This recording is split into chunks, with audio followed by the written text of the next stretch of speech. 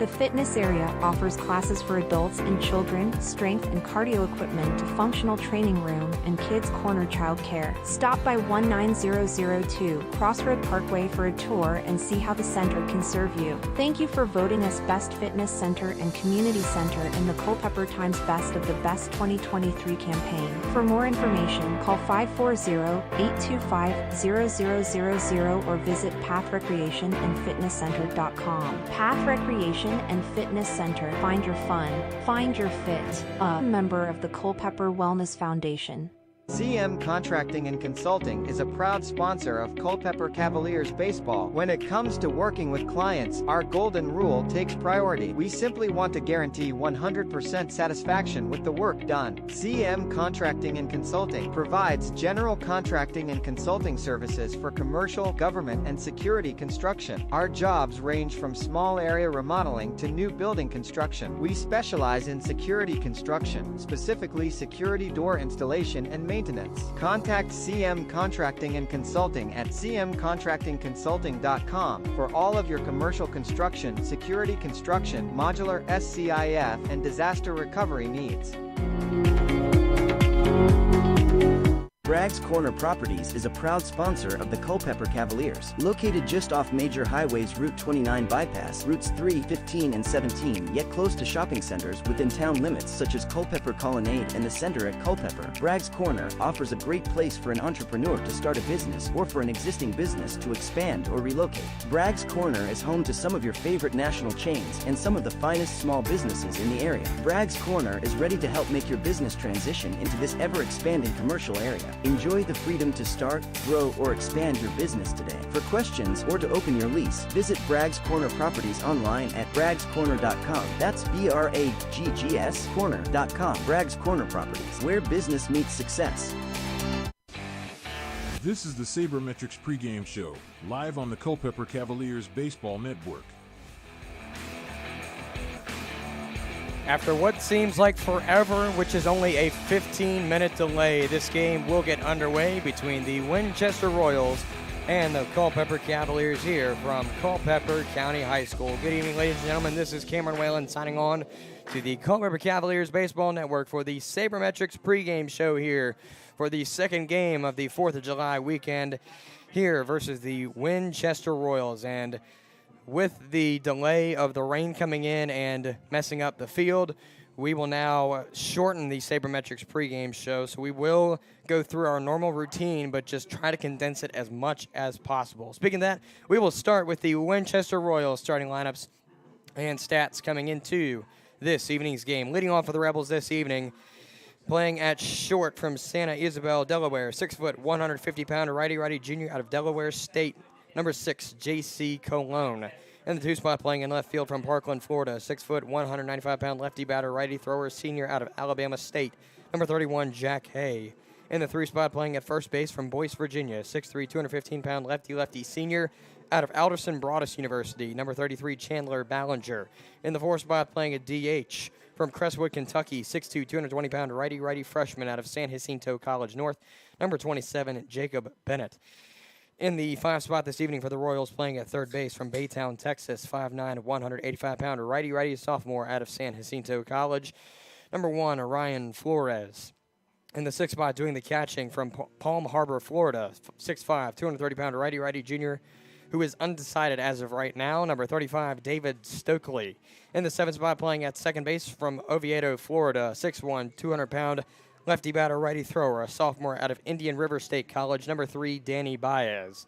In the 8th spot, playing in right field from Aubrey, Texas, 5'11", 195-pound lefty batter, righty thrower, a junior out of Southern Illinois University of Carbondale, number 28, Jackson Holder. And in the 9th spot, playing in center field from Ashburn, Virginia, 6'2", 200-pound lefty batter, righty thrower, a senior out of WVU, number 30, Evan Smith. And on the mound for the Royals this evening, from Fort Pierce, Florida, 6'3", 193-pound right-handed pitcher, a sophomore out of Indiana Institute of Technology, number 18, Ethan Griffith.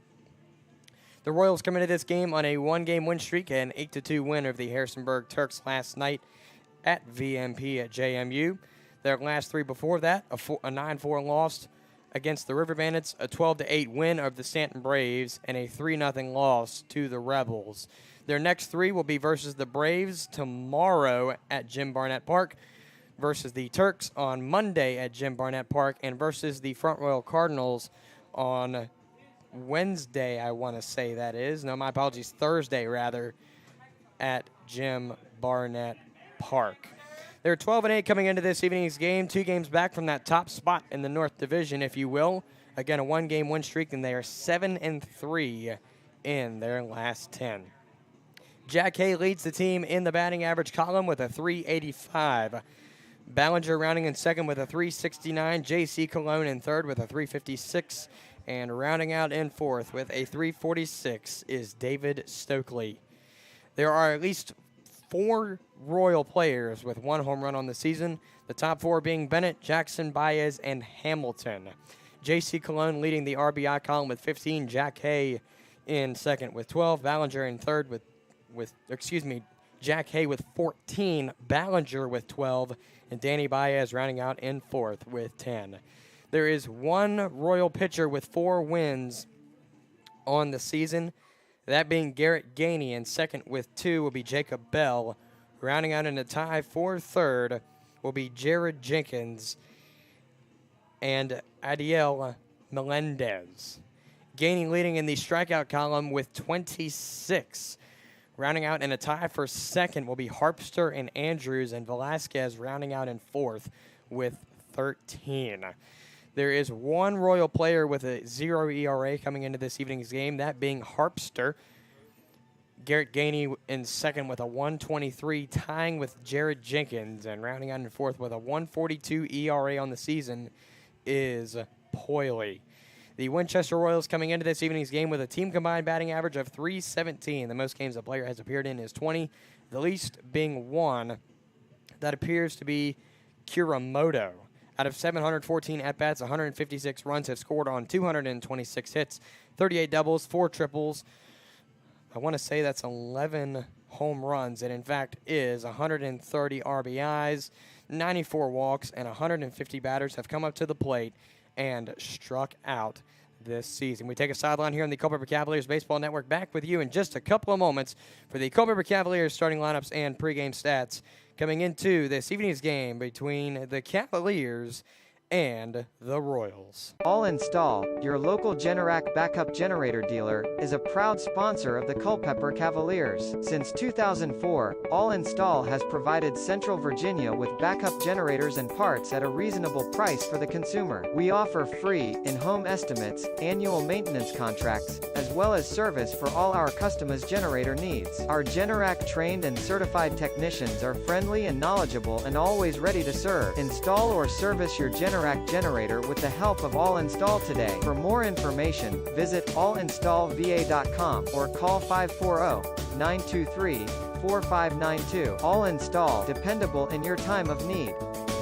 Cedar Mountain Stone is a full-service aggregate supplier providing all sizes of VDOT-approved aggregates. Over the years, Cedar Mountain Stone has expanded their product lines to include specialized products such as stream restoration materials, security products, high-quality topsoil, and biofilter materials. The Mitchell's Quarry is located near Culpeper, 6 miles south of the intersection of routes 29 and 3. For more information or to find the right product for your next project, call 540-825-3370 or visit cedarmountainstone.com. Cedar Mountain Stone is a Dalrymple company.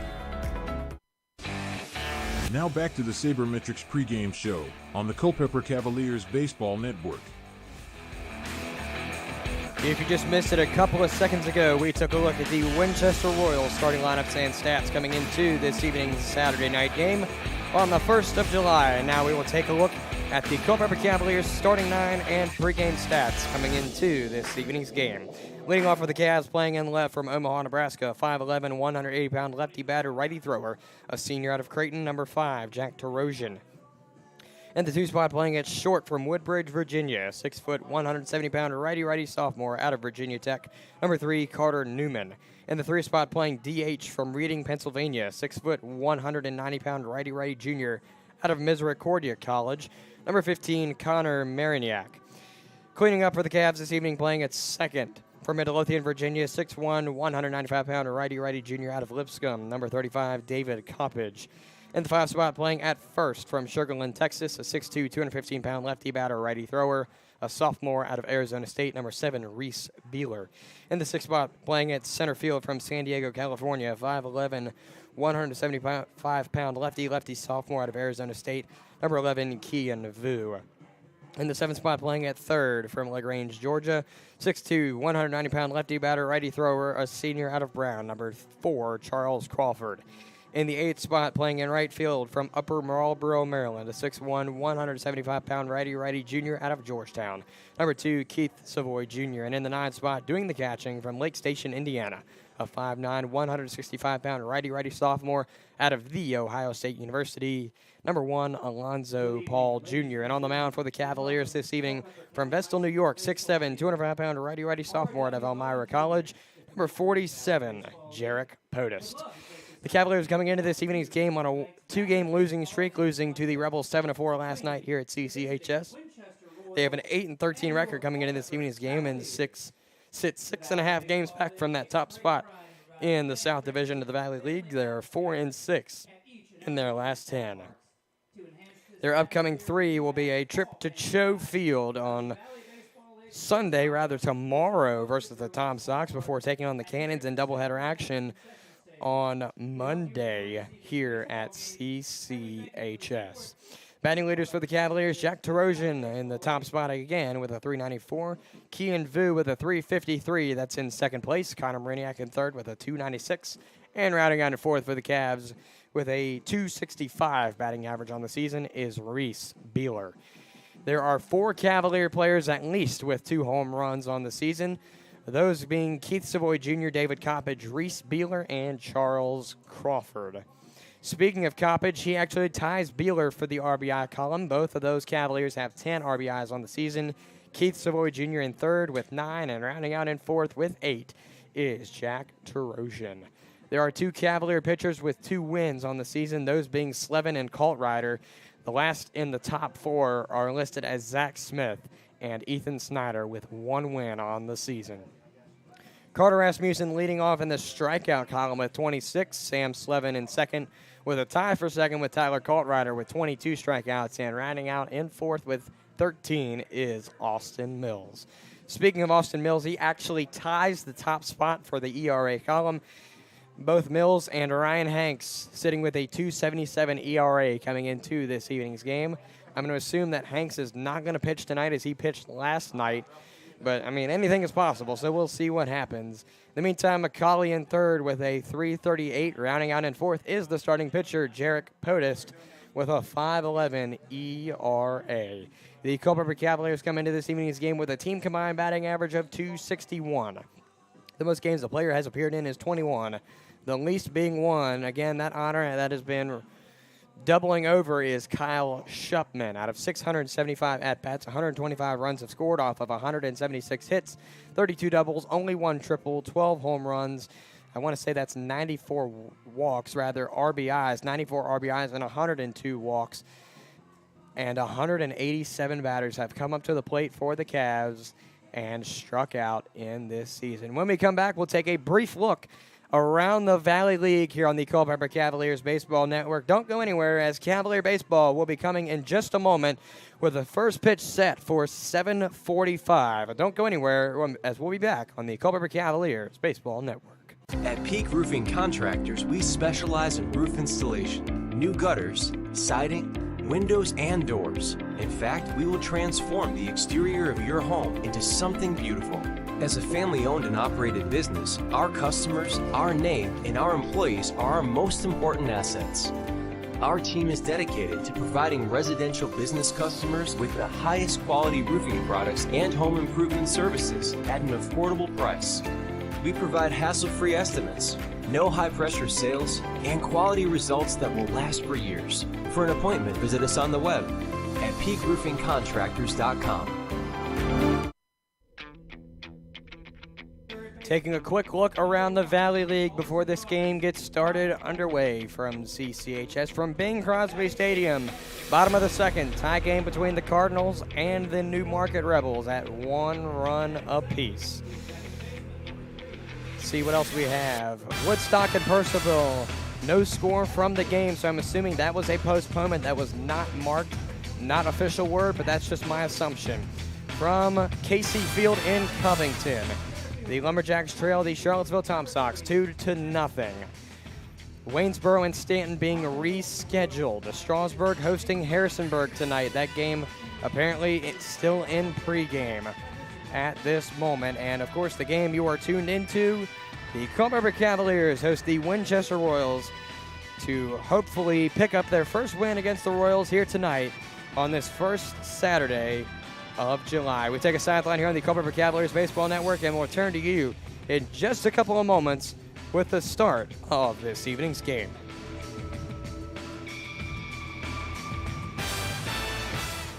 The PATH Foundation has been here since 2013. Our focus is in 4 priority areas: childhood wellness, senior services, mental health, and workforce development. Our mission is to strengthen the health and vitality of our community. We have touched pretty much every nonprofit in our footprint. We've invested over $17 million in our community. It's a great honor and responsibility to be doing this work. And we look forward to working with our board leadership, nonprofits, businesses, and community at large in the years to come. This message is brought to you by the PATH Foundation. For more information on the PATH Foundation's missions, visit path4u.org or feel free to call them at 540-680-4100. Thank you, PATH Foundation, for your support of the Culpeper Cavaliers.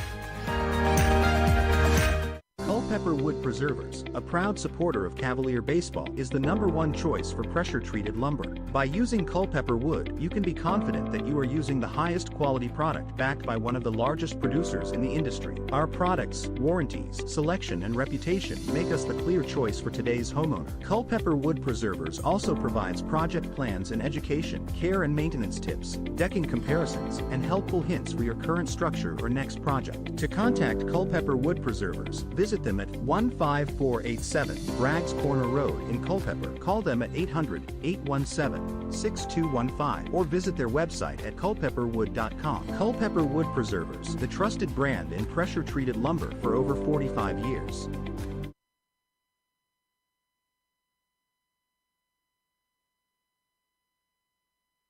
We may be in the barbecue business, but our joy and commitment is in serving people and the community. Sean's Barbecue is committed to impacting lives, from our ambassadors to the guests that visit our restaurants every day.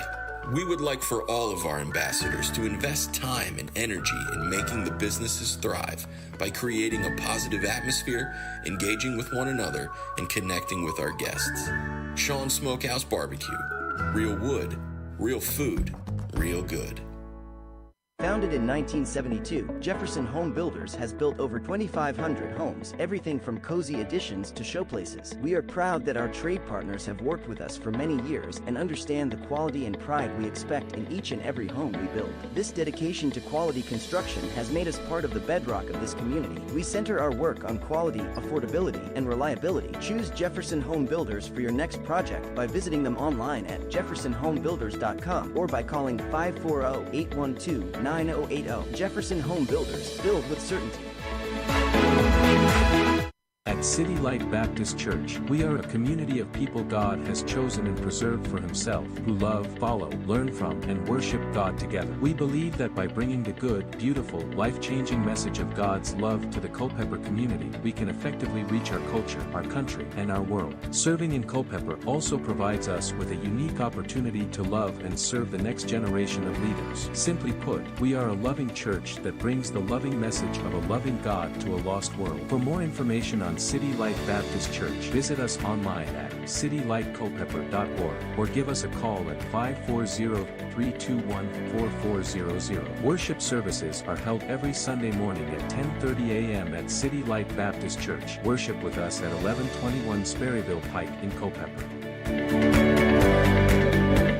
Design Options Incorporated is a proud supporter of Culpeper Cavaliers baseball. At Design Options, we provide architectural services for custom-drawn residential and commercial plans at a reasonable cost. We provide architectural services for custom house plans, commercial projects, renovation and additions, and garages, barns, and stables. We pride ourselves in helping every client design their project to perfectly fit their needs. Our finished product is a construction plan guaranteed to meet the permit requirements of Virginia. To get in touch with us today, call 540-825-4656 or visit their website at designoptionsinc.com. Located a mile west of downtown Culpeper, just off Route 29, Mountain Run Winery is set on 36 acres within a larger swath of farmland. With as many as 20 wines produced each year, you would be hard-pressed to find this many quality wines at a winery of our size. We specialize in small batch production of a range of varietals. We have multiple Best in Virginia award-winning wines. For more information, call 703-638-5559 or visit mountainrunwinery.com. Ready to try some of their farm-to-bottle award-winning wines on site? Visit them at 10753 Mountain Run, Lake Road in Culpeper.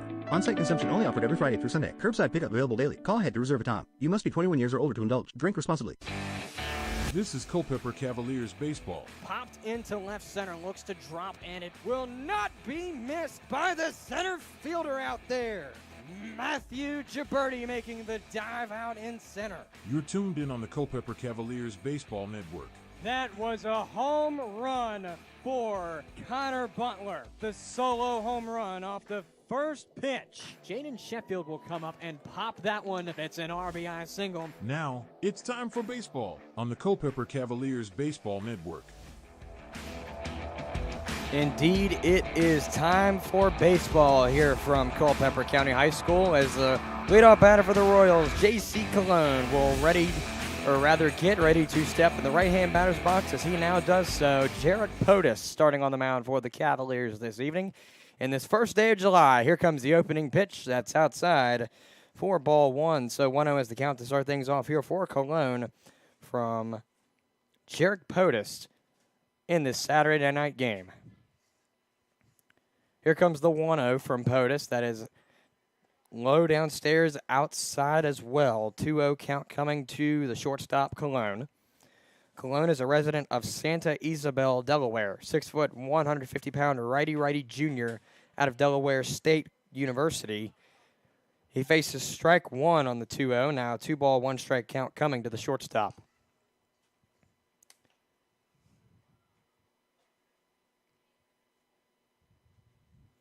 Potus readies. Here comes the 2-1. That is upstairs for ball three. The count is now 3 balls and a strike coming to the leadoff batter, Cologne, who is 26 for 73 coming into this evening's game. That's a 356, 15 RBIs as the 3-1 comes in and misses downstairs, for ball four. So the first batter of the game is walked on the 90-foot Walk of Fame as the left fielder, Jack Hay, will come up to the plate for the Royals.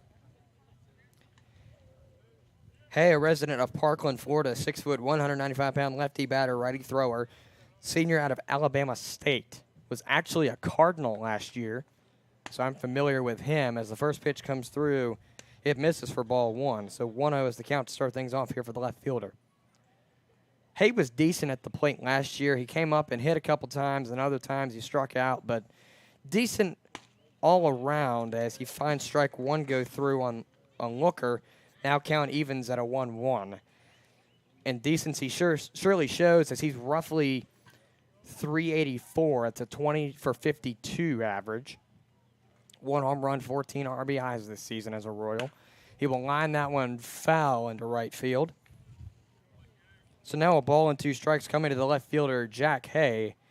In his first plate appearance, he's got J.C. Cologne 90 feet in front of him on first. It's the first rendition of the Cavaliers and the Royals here in this 2023 season at CCHS, as the pickoff attempt from Potus is not in time at first. The Cavaliers have, traveled to Winchester twice, lost 11-1 in the season opener, and then lost 3-2 just a couple of weeks ago at Jim Barnett.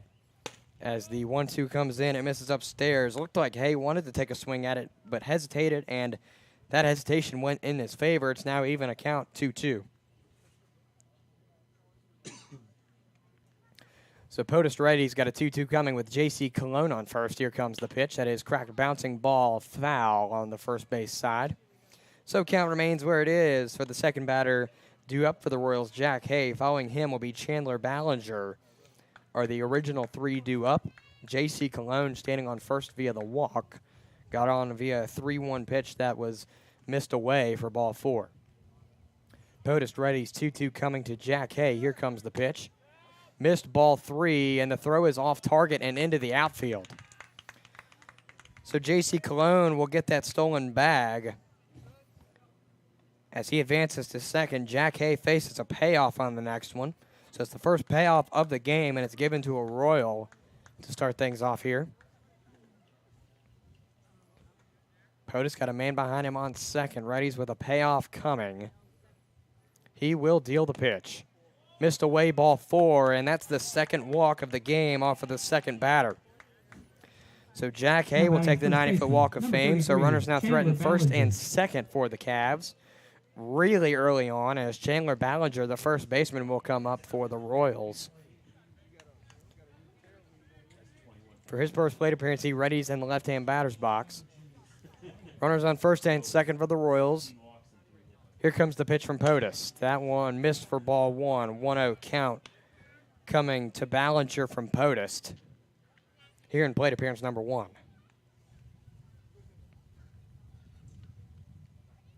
1-0 coming from POTUS to Ballinger. Here it comes. It's fouled away. Straight back out of play. Now a ball and a strike on the resume of Ballinger for this first plate appearance. Ballinger comes up 24 for 65. That's a 369 average. No home runs, but 12 ribbies in the process of those 24 hits. So a decent hitter all around as POTUS righties got a 1-1 coming. Here comes the pitch. That one is missed close to the batter, Ballinger, for ball 2. It's now a 2-ball, 1-strike count coming to Ballinger. Runners on first and second are Jack Hay and J.C. Cologne. Both got on via walks. Cologne was a 3-1. Jack Hay was a full count. 2-1 count. Here comes the pitch from POTUS. That is fouled back. Now count evens again, this time at a 2-2 coming to Chandler Ballinger.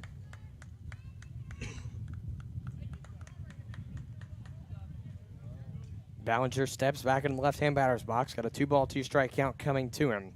Jarek POTUS, the man on the mound for the Cavs. 12 1/3 under his belt this season as that one has popped up. Looks to be fouled straight back. Didn't hear any contact and did hear a water droplet, so going to go with that one on strike 2 regardless. Will stay. Really fitting considering it did nothing but rain here about 2 or 3 hours ago. So it looks like Cologne wanted to take a steal in the meantime. That's lifted out to left, chasing up the left fielder to Rosen. He will make the catch for out number 1. So the Cavs pick up their first out. It is a pop out to 7 off of the bat of Ballinger for the first out as Jacob Bennett, the designated hitter, will come up to the plate for the Royals. As Ballinger drops down to 24 for 66, excuse me. I'm going to guesstimate a 365, but I'm not going to quote myself on that because my math is terrible once I get out of addition and subtraction. Here comes the first pitch to the batter, Bennett. That is skied up to Rosen, reading and left, and he makes the catch. So out number 2 is back-to-back off of the first pitch from POTUS to Jacob Bennett for out number 2. It's a pop out to 7 again if you're scoring at home. 1, Ryan Flores. So out number 2 comes off of the bat of Bennett as Ryan Flores, the third baseman, comes up for the Royals. It's worth noting Bennett was 3 for 13 coming up to that plate appearance, making now 3 for 14 if you want to count that last plate appearance. Cologne is really trying to get POTUS to balk, it appears. As the first pitch comes through for Flores, it's 3 for a strike, so nothing. I want to start things off here for Flores in plate appearance number 1. Flores is a resident of Baytown, Texas. 5'9", 185 pounds, righty sophomore out of San Jacinto College North. POTUS got an 0-1. Here comes the pitch. That's waved on and missed for strike 2. So now 0-2 coming to the 5 batter, Flores, playing at the 5 spot on the field as well. Runners on first and second for the Royals are Jack Hay and J.C. Cologne. They both got on via walks. POTUS has controlled himself with these last 2 batters. And that one's a wave and a miss for strike 3. Paul will tag, but it seems like that is not needed for out number 3 as we take a sideline here on the Culpeper Cavaliers Baseball Network. Royals threaten, but can't take the advantage just yet as we take a sideline here on the Culpeper Cavaliers Baseball Network. We'll return to you in just a moment as the Cavaliers look to get the bats hot here in this bottom half of the first. With more than 50 years of providing Culpeper and the surrounding areas with top quality building supplies, Cherry Street Building Supply is your trusted resource for all projects. Whether you're a contractor or a do-it-yourselfer, we give you the attention you simply don't get at the big box stores. Our helpful staff is very knowledgeable with more than 150 years of combined experience in the field. Visit Cherry Street Building Supply at 1418 Orange Road or online at cherrystbuildingsupply.com or call 540-825-0397. See us at Cherry Street Building Supply for all your building supply needs. UVA Health Culpeper Medical Center is your local health center specializing in everything from allergies to weight loss. UVA Health Culpeper Medical Center cares for you and your medical needs from the time you walk in the door until the time you walk out. UVA Health Culpeper Medical Center strives to transform health and inspire hope for all Virginians and beyond. For more information on your local UVA Health Culpeper Medical Center, call 540-829-4100. Visit them at 501 Sunset Lane or visit uvahealth.com to find your nearest location. UVA Health, centering patients around all we do.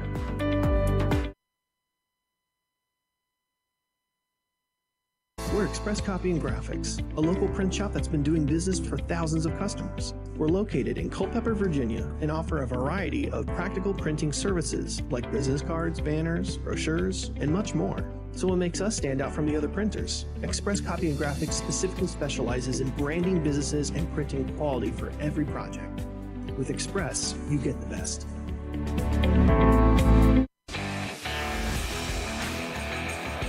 So after an inning where the Cavaliers walked 2 of the first batters, they get out off of the last 3 following them. And what better way to start for the Cavaliers with Jack Tarosian, Carter Newman, and Connor Mariniak being the 3 due up for the Cavaliers here.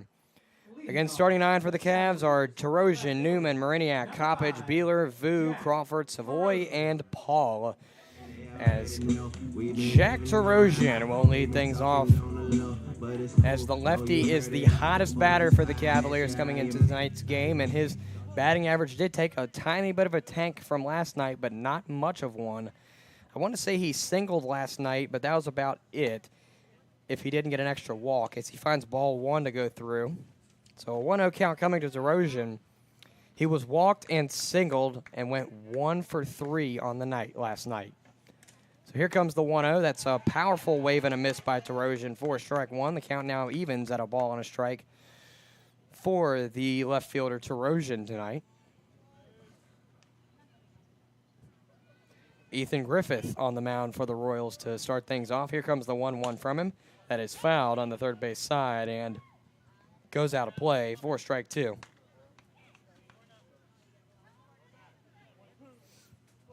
So now a ball and 2 strikes on the record of Tarosian in his first plate appearance. Here comes the 1-2 pitch. That is way outside as that ball came out of his possession wrong. Not quite sure if it got caught in the glove weird or if he just got rid of it at the wrong time. Not quite sure, but either way, ball 2 is the call. And I'm not quite sure what Kenny Jackson's doing, but he's getting some laughs from the press box pals tonight.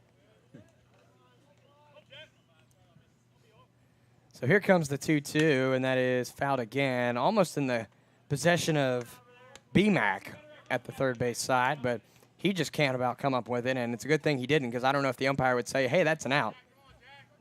Just kidding. 2-2 count coming to Jack Tarosian, keeping it alive here a little bit. So here comes the pitch. It's waved on and missed for strike 3. So Terosian will go down on strikes. That's a forwards K if you're scoring at home for the first out of the first for the Cavs. Now batting for the Cavaliers. As the shortstop, Carter Newman number 3, will come up Carter for his first plate Newman. appearance on the night. As Terosian's batting average will tank down just a little bit more at a 26 for 67. So Newman readies in the right-handed batter's box. Here comes the pitch. That one was through for a strike, so nothing. I want to start things off here for Carter Newman in plate appearance number 1. That one looked to curve downwards. Blanking on the exact terminology as they will check his swing but say no, it's ball 1. So count evens at 1-1 for Newman.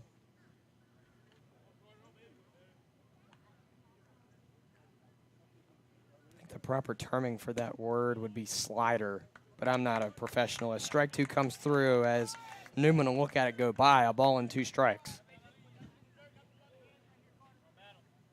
Newman is 2 for 9 coming into this evening's game. That's a 222 as he will tip that one. So the count stays where it is at 1-2. Newman has a ribby on the season. I believe he was a late add for the Cavaliers, but I could be wrong. He's either a late add or he just wasn't played until recent because he's got hardly anything towards his stats. Here comes the 1-2. That one misses for ball 2, and the count now evens this time at 2-2. He could be an addition from where the Cavaliers lost Matthew Gibberti due to injury, and thoughts go out to Gibberti if he's tuning in or his family's tuning in as the 2-2 misses away, and it's the first full count for the Cavaliers for Carter Newman as well. But just thoughts and concerns going out to Gibberti. Hopefully his injuries are resolved here soon and that he can have a speedy recovery so he can get back out on the field for Harvard as Newman takes the 90-foot walk of fame. As he finds the payoff go his way, he will get on first via the base on balls as the designated hitter, Connor Mariniak, will come up to the plate. I think I forgot to say, but Newman is a resident of Woodbridge, 6 foot, 170-pound righty sophomore out of Virginia Tech. The batter now, Connor Mariniak, out of Reading, Pennsylvania, 6 foot, 190-pound righty junior out of Misericordia College. First one well downstairs. And in the opposing batter's box, Mariniak is a lefty. Ball 1 is the call. 1-0 is the count. So the Cavs have Newman on first via the payoff that went 90-foot walk of fame for him as the 1-0 goes to 2-0 for Mariniak. Plate appearance number 1. He is 16 for 54 coming into the game. That's a 296. A home run and 5 ribbies on the season. In fact, he hit that home run here at CCHS to retake the lead. Can't remember against who, but it was certainly a clutch home run as he will face strike 1 looking on that one now, a 2-1 count coming to tonight's DH for the Cavs. I don't know why, but something is telling me that he hit that home run against Stanton, but again, my memory may fail me there as ball 3 comes through. It's now a 3-1 count. I should remember because I'm the one that puts up the game and player highlights, and that was one of the player highlights I put up as that one's fouled away, and now a full count will come to Connor Mariniak.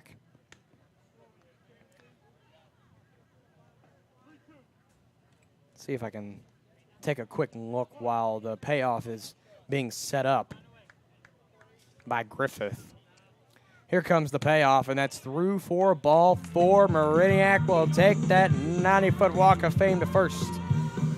So it's 2 straight batters giving a full count that have been walked by Griffith, and the pitching coach for the Royals is not happy with that one as he will take a brief visit on the mound, most likely not taking Griffith out just yet, as that would kind of be a little foolish, I would think at least. So he is going to have a quick mound visit as I look up this stat that's driving my curiosity. Rather, it was against Front Royal on the 15th that helped to give the Cavs the lead and then the win against Front Royal in that game number 2. So the pitching coach for the Royals will leave the field as David Coppage, the second baseman, will come up for the Cavaliers. Coppage, a resident of Midlothian, Virginia, 6'1", 195-pounder righty-righty junior out of Lipscomb, will come up to the plate for his first plate appearance. He's got runners on first and second in the form of Connor Mariniak and Carter Newman. As the first pitch comes through, it'll be through for strikes, so 0-1 to start things off here for David Coppage in plate appearance number 1 in this Saturday night game. Griffith looks back to second, but will deal the 0-1. That one's through for a strike, and now Coppage finds himself at 0-2 early on. He comes up 11 for 44. That's a 250, 2 home runs and 10 ribbies in the process. Griffith got an 0-2 coming to Coppage. Got runners on first and second off of 2 full count walks. Looks back to second, deals the 0-2.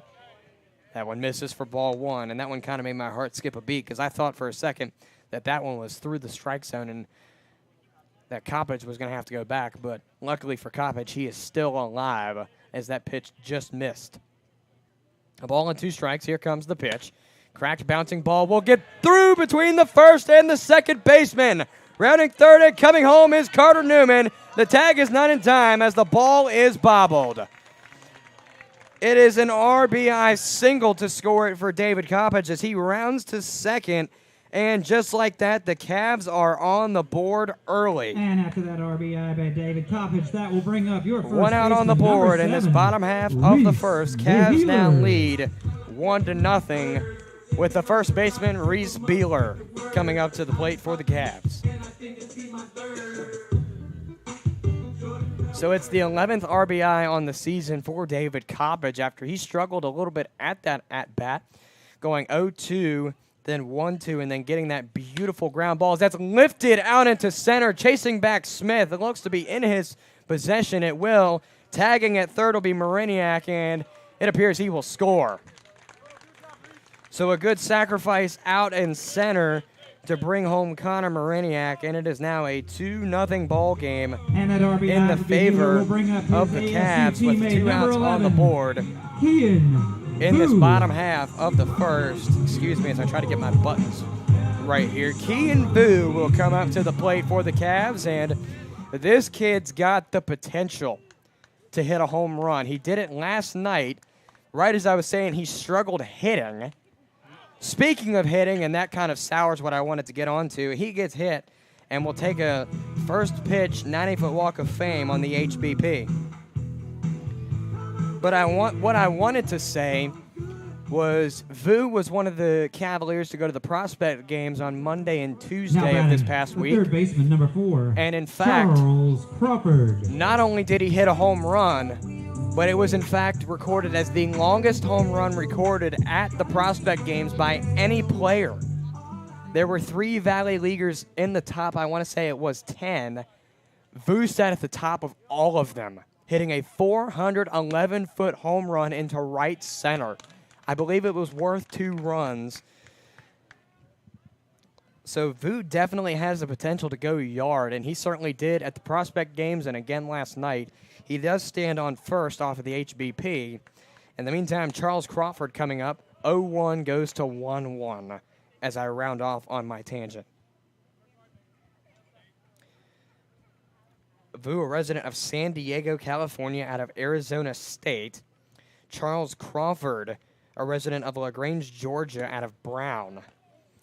The 1-1 rather goes to 2-1. My apologies. I flipped it around for some reason, even though I was trying to say 1-1. Two balls and a strike coming to the third baseman, Charles Crawford, who comes up 12 for 50 on the season. That's a 240. He's got 2 home runs and 7 ribbies in the process of those 12 hits. So here comes the 2-1. That one is through for a strike, and the count now evens again. This time it'll set at a deuce-deuce. A reminder that the Cavs will host Purcellville in doubleheader action on Monday. Originally, it was supposed to play about 2 weeks ago now, but with the rain that came in, Purcellville and the Cavs decided to reschedule for a doubleheader which is somewhat easier and somewhat more difficult depending on how you want to look at it. As payoff comes in on the next one from Griffith to Crawford. Griffith sets, got runners on first and second. Here comes the payoff, and that's lifted out into left center, chasing over both outfielders. It's going to be Smith with the catch to retire the side. So one complete, Cavs lead 2-0 after Crawford gets out via the pop out to 8. As we take a sideline here on the Culpeper Cavaliers Baseball Network, we'll return to you for the top half of the second, where the Royals trail 2-0. We'll be back in a moment on the Culpeper Cavaliers Baseball Network, but in the meantime, a reminder that the 4th of July holiday is coming up. Don't spend your 4th of July weekend and holiday cooking. Rather, order from the folks at Sean's Catering. The favorite foods that you choose at Sean's can be delivered to your house for catering. We'll be back in just a moment on the Culpeper Cavaliers Baseball Network. The same food you love at Sean's table can be served at yours. Whether it's 25 or 100 guests, Sean's caters all your favorites. From brisket, pulled pork, ribs and chicken, to baked beans, mac and cheese, cornbread, and lots more. With simple online ordering, you select your meats, sides, drinks, and paper products. And don't forget our homemade desserts. All of Sean's catering can be delivered right to your table, or you can pick it up. Sean's Smokehouse Barbecue Catering. Real wood, real food, real good. Founded in 1951, the Supply Room has grown to be the second largest independent office furniture and supplies dealer in the United States and the largest in the Commonwealth of Virginia. A third-generation family-owned and operated business, our mission is to provide competitive prices, superior service, and innovative solutions to our customers' problems. The Supply Room offers extraordinary customer service, fast and free shipping, customized solutions, and a commitment to community involvement. For more information about your local office supply dealer, visit thesupplyroom.com or call 800-849-7239 toll-free. Back now here on the Culpeper Cavaliers Baseball Network as we transition to the top of the second. The Cavs lead 2-0 as the Royals will send up David Stokely to lead things off for them. The first pitch to him will be missed by POTUS for ball 1. So 1-0 to start things off here for Stokely from POTUS. As the 1-0 comes in, it's through for a strike, and now a ball and a strike coming to the record of Stokely here in his first plate appearance. Stokely coming up 9 for 26 as a Royal this season. It's a 346 with 6 ribbies. The 1-1 misses for ball 2. So now Stokely goes back up a little bit, 2 balls and a strike. POTUS readies. Here comes the 2-1. That's downstairs. Good stop by Paul, because that looked like if he had just missed it, that would have slipped behind him. 3 balls and a strike is the count for Stokely. The catcher for the Royals this evening. POTUS readies. 3-1 coming. Here comes the pitch. Waved and missed for strike 2. So the count fills on the leadoff batter for the second, David Stokely, a resident of Palm Harbor, Florida, 6'5", 230 pounds, righty-righty junior, who is undecided, so most likely in the transfer portal as of right now. He will tip that one back, and that one gets stuck in the fence. And that young man is really trying. He did get it after 2 tries. Thank God that one didn't go up into the top part of the fence that's part of the overhang, because I know somebody that tried to get that baseball stuck out earlier this season as ball 4 comes in. So Stokely would take the 90-foot walk of fame after being filled on the count. It'll be Danny Baez, the second baseman, to come up. Danny Baez. But for those Cavs who remember, I want to say it was like the 3rd game of the season where a foul ball was hit into the overhang part of the fence. And I know exactly who it was, and he struggled a little bit to try to get that ball out. May have used a broom to start and then ended up just picking up a baseball and throwing it and got it down. In the meantime, trying not to embarrass myself, whoever this is, Danny Baez finds strike on the first one. 0-1 is the count for the second baseman Baez, as he's got Stokely 90 feet in front of him on first. The 0-1 misses for ball 1. Now the count evens for Baez at a ball and a strike. was hoping by the time I went through that monologue that point streak would have updated. There it goes. 13 for 40 sits Baez on the season. It's a 325. As the 1-1 edges Baez, gives him a little bit of a breeze as it goes by. 2-1 count. Baez has a home run on the season and 10 ribbies as well. Bodis readies on the mound. Sets in, deals the 2-1. That misses well upstairs. 4-3. Had a little bit of a curve to it, but didn't curve at the right part that POTUS needed. So 3-1 is the count.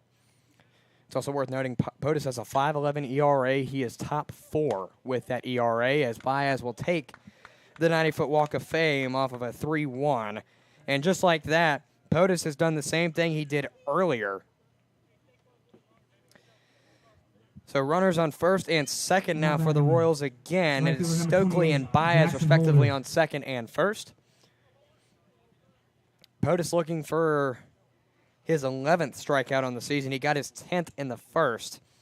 As Jackson Holder, the right fielder, will come up. First pitch misses, 4-1. So 1-0 count to start things off here for Jackson Holder, and plate appearance number 1 on the night. He is the 8th batter in the original lineup for the Royals.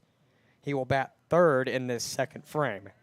Here comes the 1-0. That is waved on and missed to even the count at a ball and a strike. Jackson Holder, again batting 8th in the original lineup, a resident of Aubrey, Texas, 5'11", 195 pounds. Lefty batter, but a righty thrower. He will foul that one back for strike 2. He's a junior out of Southern Illinois University at Carbondale. I think that's the first time I've called somebody from that school. At least if it isn't, I don't remember it. There's a lot of players that I remember that have schools repeat every year, and there's others that I've never heard of. And certainly Holder going to Southern Illinois U at Carbondale as he faces ball 2 upstairs. That certainly is one that I've never heard of. 2-2 coming from POTUS. Here comes the pitch. Close to the batter Holder in the box. Will miss him just about, and the count fills at a 3-2.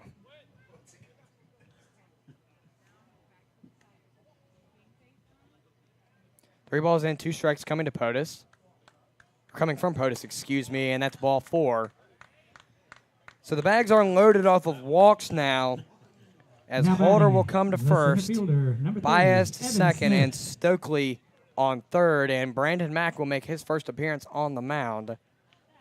Looks like he's just going to try to have some words of encouragement coming to POTUS, as he has now walked 5 batters this game, and this one has filled the bags. As we will transition to the 9th batter, Evan Smith, the center fielder for tonight's Royal lineup. Ashburn, Virginia native, 6'2", 200-pound lefty batter, righty thrower, a senior out of WVU. It's also worth noting that Holder was 4 for 18. Rather, he stays there as well following the walk. 222 average, no home runs, 4 ribbies. As we look to resume play here, Evan Smith going to step into the left-handed batter's box. And play looks to resume here in just a moment. Runners threaten each bag for the Royals. It's Evan Smith, Jackson Holder, Danny Baez, and David Stokely filling the bags, and it will be Evan Smith at the plate. Here comes the first pitch to Smith. Missed close, ball 1. So a 1-0 count to start things off here for Evan Smith in plate appearance number 1. He is 1 for 10 on the season. So most likely, I want to say that would be 2 games if he's played through 2 complete games, that is. Or started, rather, 2 games. 1-0 misses, ball 2. It's now a 2-0 to the center fielder, Smith. Hasn't done much of anything with that 1 hit, which is pretty reasonable. Sometimes you can get an RBI off of a single hit, but at the same time, just being subbed in possibly recently or just not played that much, I can see why he's got nothing yet. Strike goes by looking for number 1 of the at-bat, so a 2-1 count from POTUS. Here comes the 2-1 pitch. Upstairs, ball 3. 3-1 count coming to Smith from POTUS, and POTUS needs to keep control of his arm, as if he commits another walk, not only is there still no outs on the board, but it'll force a run to score. Mind you, POTUS' ERA is 5.11. Nothing yet, obviously, and that's a run. So the Royals get on the board via the 90-foot walk of fame from Smith. So Smith now stands on first, Holder at second, Baez at third, and Stokely, the man to cross for the Royals. Now batting the leadoff man, number 6, J.C. Cologne will come up to the plate for the Royals, playing short this evening. He was the first batter walked, faced a 3-1, and got ball 4 to go by. So POTUS ready on the mound needs an out here in any form, as that one was wild. 1-0 is the count to J.C. Cologne in his second plate appearance. He's 0 for 0. Question is, after this, will POTUS make it through the inning? 1-0 misses downstairs, ball 2.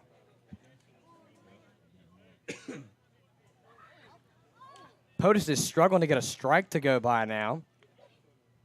As he ready, he's got a 2-0 coming. No outs. Here comes the pitch. That one goes through 4 strikes, and now it's 2 balls and a strike coming to J.C. Cologne. Cavaliers have no outs on the board as all men on have been walked. Here comes the 2-1. That's upstairs and a little off target for ball 3. Count is 3-1 to J.C. Cologne.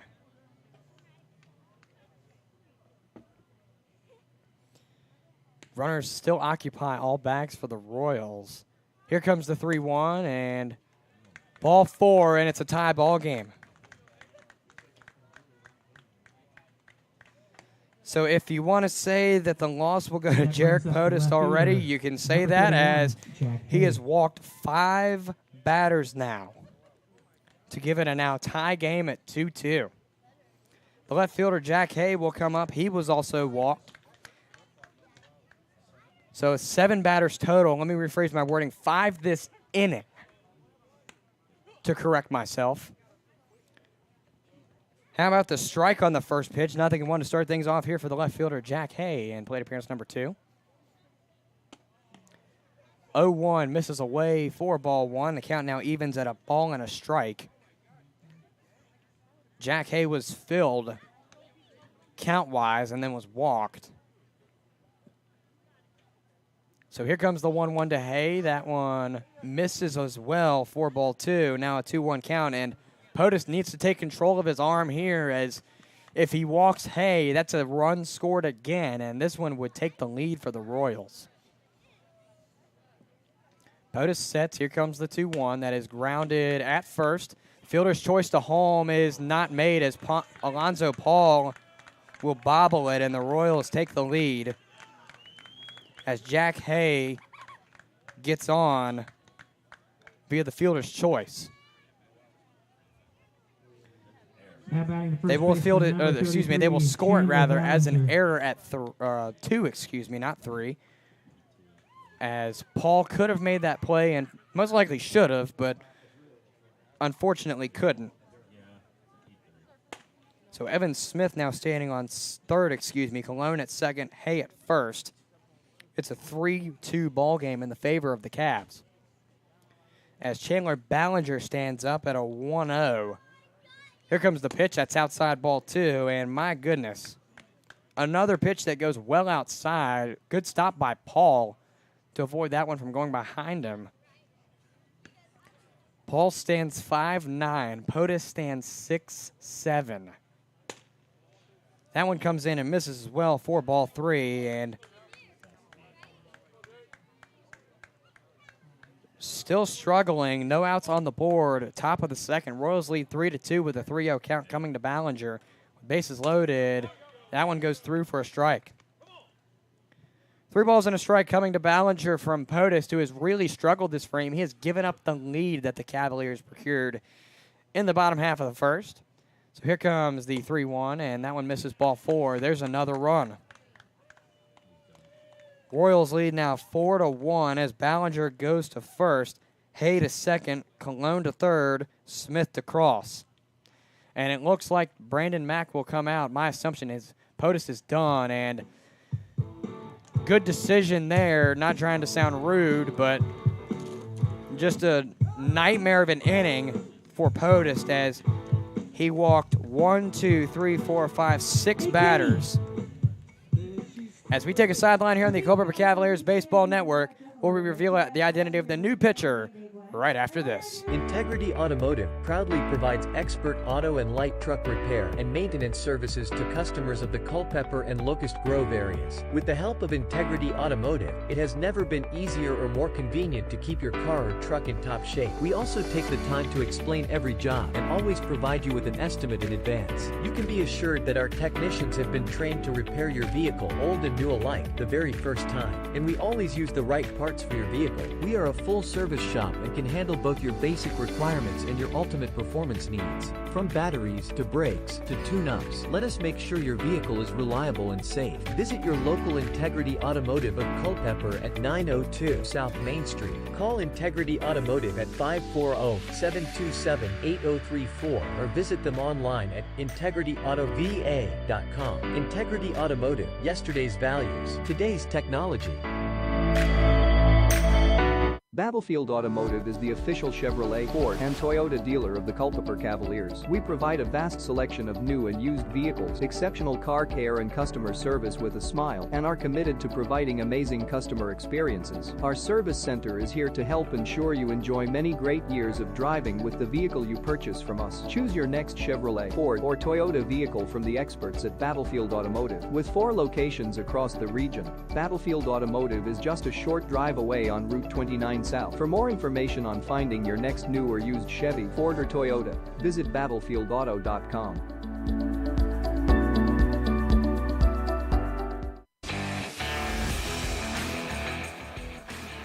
So the Cavaliers will call on their DH to be at the 1 spot. Now Connor Mariniak will come up to the mound for the Cavs. And to start things off, he will face Jacob Bennett, who popped out to left his first go-around in the first. Mariniak deals 1-0 on the first one. Mariniak ready is on the mound. Here comes the pitch. Cracked bouncing ball, fielded at 6. Rather, gets behind. That's Newman. Off of the E6, Bennett stands on first. And crossing the plate is J.C. Cologne. So it's a 5-3 game now in the favor of the Royals, as Ryan Flores comes up to the plate for the Royals now.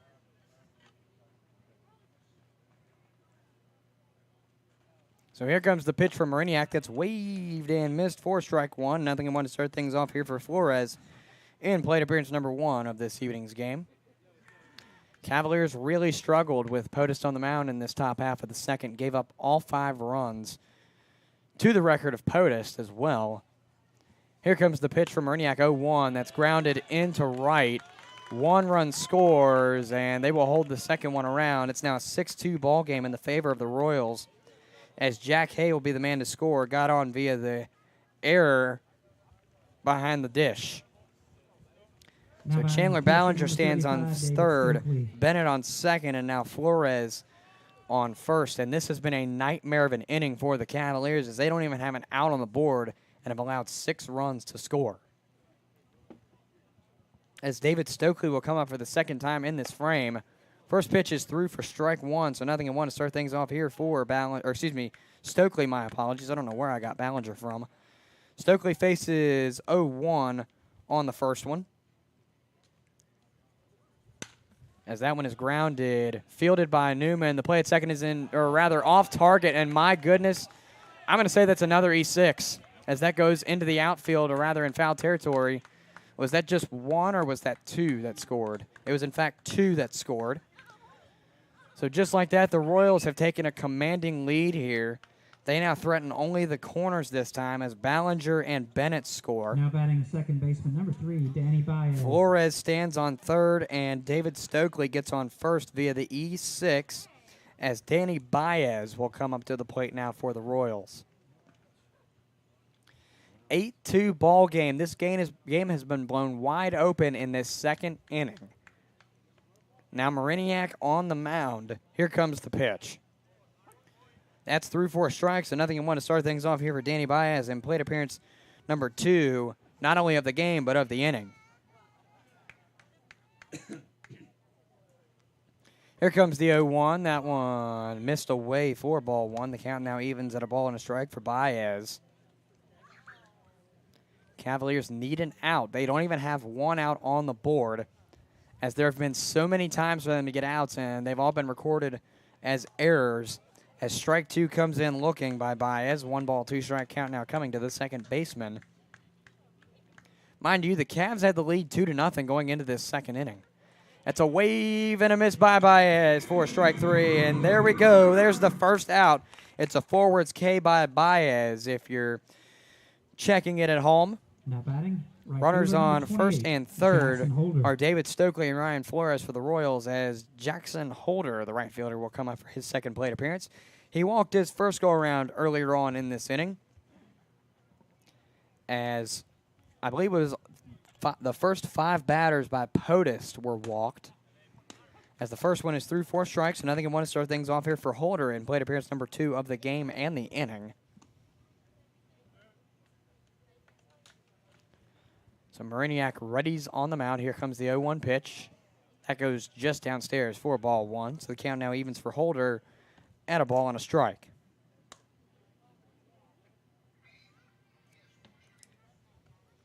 So Mariniak is on the mound after Podest pitched an inning and not a third. I don't know why I put a third. It's an inning only. As strike number 2 comes through, it's a ball and 2 strikes.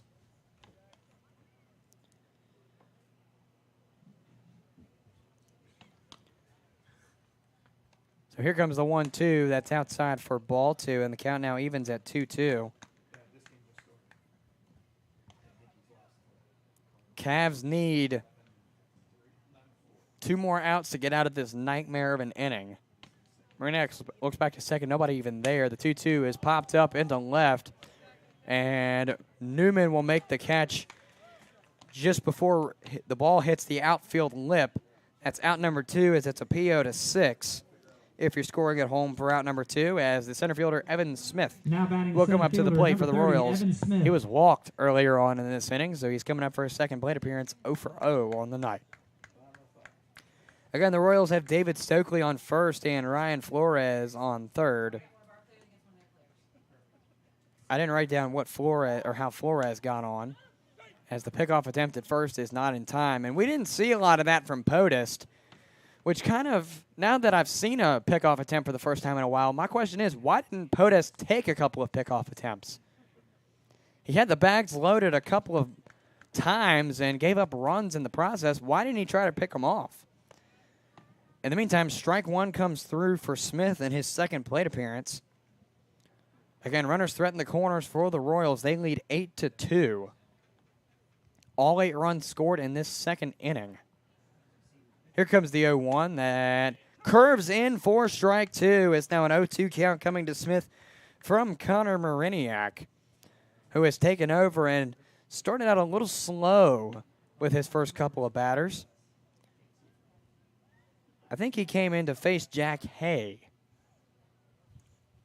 Don't quote me on that, as that's tipped into the glove of Paul for strike 3, and the Cavaliers get out of it. Inning that they don't want to look back into, as it's a forwards K for the third out. As we take a sideline here in the Culpeper Cavaliers Baseball Network, 8-1 ball game in the favor of the Royals as we go into the bottom half of the second. Cavs look to rebound after a nightmare on defense. We take a sideline here in the Culpeper Cavaliers Baseball Network, and we'll return to you in just a second. The Battlefield Area Fellowship of Christian Athletes is a proud sponsor of the Culpeper Cavaliers. The Battlefield Area Fellowship of Christian Athletes serves students in 34 high schools, 40 middle schools, and 1 university, totaling over 4,000 coaches and 21,000 athletes. The Fellowship of Christian Athletes serves local youth by building relationships that will demonstrate steadfast commitment to Jesus Christ and His Word through integrity, serving, teamwork, and excellence. For more information on their work in the local area, to view upcoming events, or to even join their team, visit battlefieldfca.org.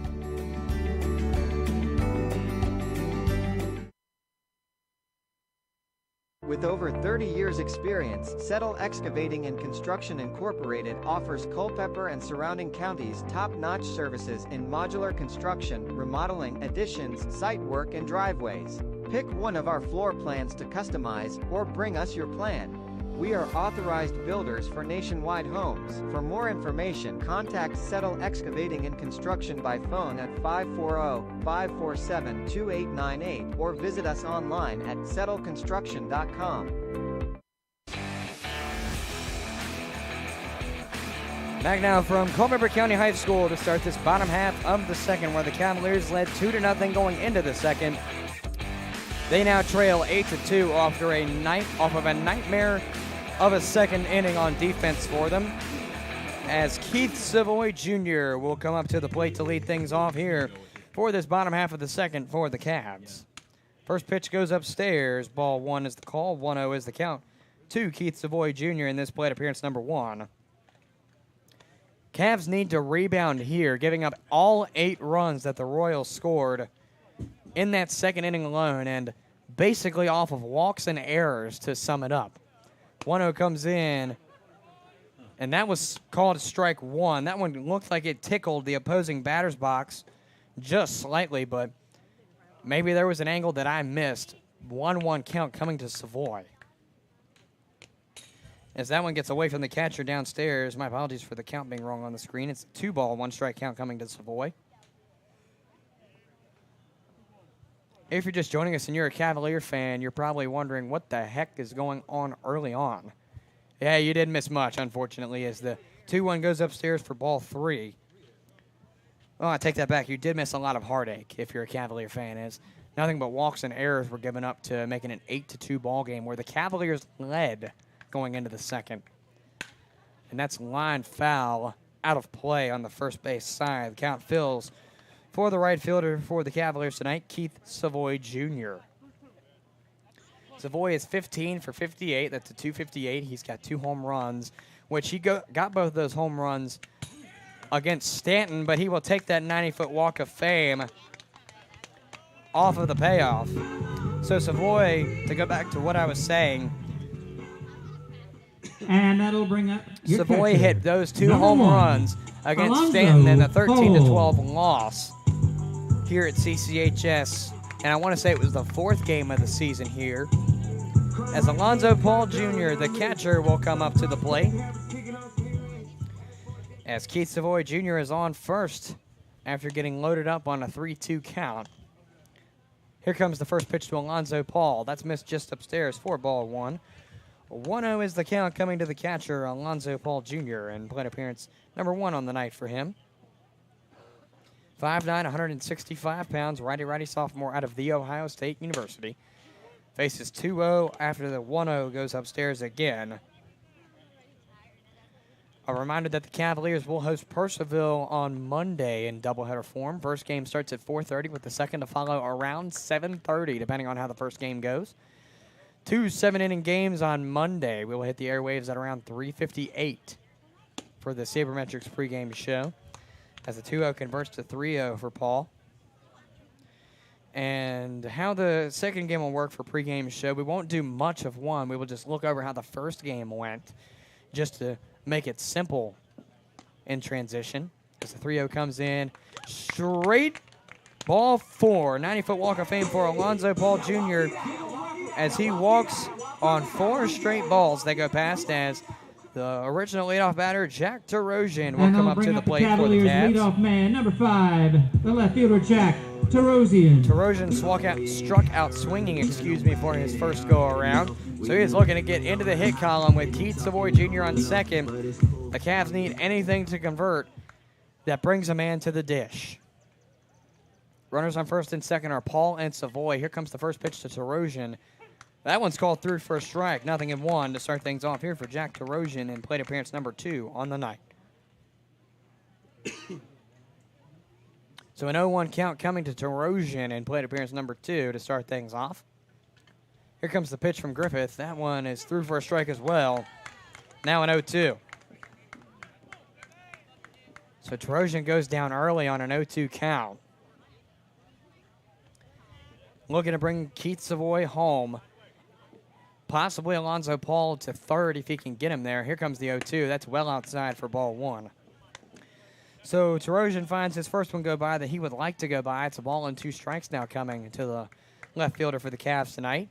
Started in the left field last night as well versus Newmarket. Here comes the 1-2. That is line. Looks to drop. It will. It's going to be a bloop on the record of Jack Tarosian, his first hit. As he singles to first, it's going to be Keith Savoy Jr. on third and Alonzo Paul Jr. on second. Number 3, Carter Newman. I don't know why it says there's one out on the board. My apologies there. As Carter Newman, the shortstop, will come up. He was walked earlier on in this game and actually was the first score for the Cavaliers. Helped give them a then 1-0 lead, but of course now they trail by more than a grand slam at an 8-2 score. So Newman steps into the right-hand batter's box. First pitch to him goes upstairs for ball one. 1-0 is the count coming to the shortstop, Newman.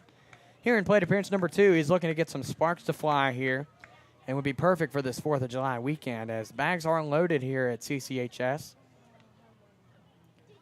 No outs on the board. Carter Newman at the plate. Here comes the 1-0. That one is not through for strike. It's missed for ball. 2-0 count. To me, I thought he was going to call strike on that one, but not yet, at least, as it's 2-0 coming to Newman here, the shortstop for the Cavs this evening. Here comes the 2-0 from Griffith. That one downstairs. Ball 3, and a good stop by the Royals catcher David Stokely as that bounced in front of him and ricocheted back up. Bounced, I want to say, off of his chest piece. So a good stop by him to keep Savoy at third. As the 3-0 comes in the meantime to Newman. That's missed ball 4, and just like that, the Cavaliers will get a run off of a walk. And Mike Smith, the Royals coach, will come out and have a word with his pitcher, Griffith, as what the Cavaliers gave up, the Royals have started to give up now. Unfortunately for the Cavaliers, it's not to the magnitude that they gave up, but it is a walk that gives up a run, and it appears that Griffith is done. So Griffith is out after 1 complete inning, as we will take a sideline here on the Culpeper Cavaliers Baseball Network. We will reveal the identity of the new pitcher in just a moment after you hear a word from our good friends at Culpeper Battlefield Tours. Culpeper Battlefield Tours, LLC is a proud sponsor of the Culpeper Cavaliers. Culpeper Battlefield Tours launched in 2022 to provide tours of Culpeper's historic battlefields and sites. Tours of 2 or 3 hours can be customized of Brandy Station Battlefield, Buford's Knoll, Fleetwood Hill, St. James Church, Stevensburg, and the Winter Encampment, or contact Culpeper Battlefield Tours for a specialty tour. To contact them, learn about upcoming events and more, call 540-632-4500 or visit culpeperbattlefieldtours.com. Thrivent is a Fortune 500 diversified financial services organization providing advice, investments, insurance, banking, and generosity programs and solutions so people can make the most of all they've been given. It's our mission that makes us unique. At Thrivent, our goal is to help Christians be wise with money and live generously. This means we have a different mindset about finances. As a financial associate, Gretchen Franti, who is your local Thrivent financial associate, will work with you to provide comprehensive financial guidance that reflects your goals and values. Whether it is helping you with college planning, retirement income planning, or protecting loved ones, together we can develop a financial strategy that helps your money work for you. Call Gretchen's office in Rixieville at 540-937-3525 to learn more or schedule a meeting time. The same food you love at Sean's Table can be served at yours.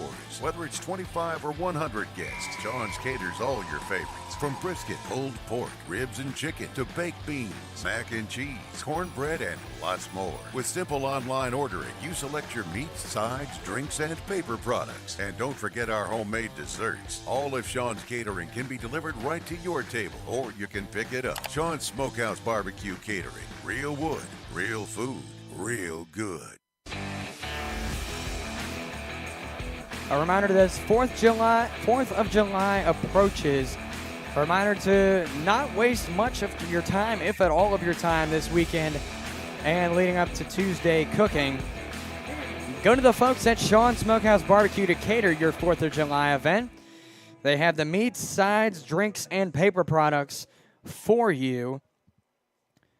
You can pick it up or get it delivered to your table. Sean's Smokehouse Barbecue can be ordered online at Sean's Smokehouse, or I believe it's Sean'sBBQ.com. Trying to go off memory did not work there, so my apologies. But either way, returning to play, the new pitcher for the Royals will be Chris Montone, Williamstown, New Jersey native, 6 foot, 195-pound righty sophomore out of Rider University. He will face Connor Mariniak to lead things off in this, or not lead things off, but to face off here in this first batter for him tonight. Gets an 0-2 to start things off after a foul and then a looking strike. It's 0-2 for the DH/pitcher tonight. Here comes the 0-2 from Montone, and that's grounded, fielded at 6, and rather that'll get past him. 1 run scores, make it 2 for the Cavs. So Mariniak, I would love to call that a hit, but I want to say that's an E6. Not quite sure if that would be an RBI, though, as that wasn't a hit, because I'm not quite sure of the technicality there. So Mariniak gets on via the E6. It's going to be Paul across as well as Tarosian. And the Cavaliers now trail 8-5 with David Coppage up to the plate. He singled his last go around, so he's looking to keep his hit streak alive here. As there are no outs, correct me if I'm wrong, no outs on the board yet in this bottom half of the second. Cavs trail by 3. The tying run is at the plate for them now. That's lined out high and far. Chasing back the left fielder. He leaps, and it's gone! What an answer for the Cavaliers as David Coppage sends it home. It is now a miraculous tie ball game as the Cavs have tied it 8-8. David Coppage going yard. We'll see if I got that on replay in time. I quite didn't, unfortunately. As Reese Beeler has an act to follow as David Coppage homers on a 3-run home run that ties this ball game. So Beeler will foul the first one. 0-1 is the count. And thank you, David. I'm starting to lose my voice more. For those of you who didn't tune in to last night's game, I have just been recovering from laryngitis unexpectedly, there we go, as Beeler faces ball 1. And I told myself not to scream, but how can you not scream when you tie the game after being down by 6? So a ball and a strike. Here comes the pitch. That's lined out, looks to just about be foul, and that ball was close to being going yard, but just a few feet short. Rather, I take that back. That fence out in foul territory is curved in a little bit. So it may have been closer in the foul territory, but in fair territory, that would have been just, I want to guess, between 7 and 10 feet short. So here comes the 1-2 that is through for strike 3, and Baylor will go down on strikes, and it's only the first out of the frame, if you want to look at it that way, as Baylor goes down looking. It's a forwards K for the first out. As Kean Vu comes up to the plate for the Cavs, as I said in his first plate appearance, he made a statement home run in the prospect game, being the farthest home run recorded in the prospect games. There were 3 Valley Leaguers, including him. He was atop them all at a 411-foot home run into the right center field at Liberty's baseball field. I think the actual name for this stadium is Liberty Baseball Stadium. But he will face 1-1. And actually, to go back, he hit a home run last night as well, as that's grounded in through the pocket for a base hit. So Kean Vu will get on first off of the single. And so he will go 1 for 1 out of that one as he was hit by the pitch his first go around. That will bring up the third baseman, number 4. So the third baseman, Charles Crawford, will come up to the plate for the Cavs with only 1 out down. In this bottom half of the second, the Cavs have gone from ugly to, hey, look at me, I'm here. So here comes the pitch. That is downstairs. Vu will steal in the meantime. He will get there safely as the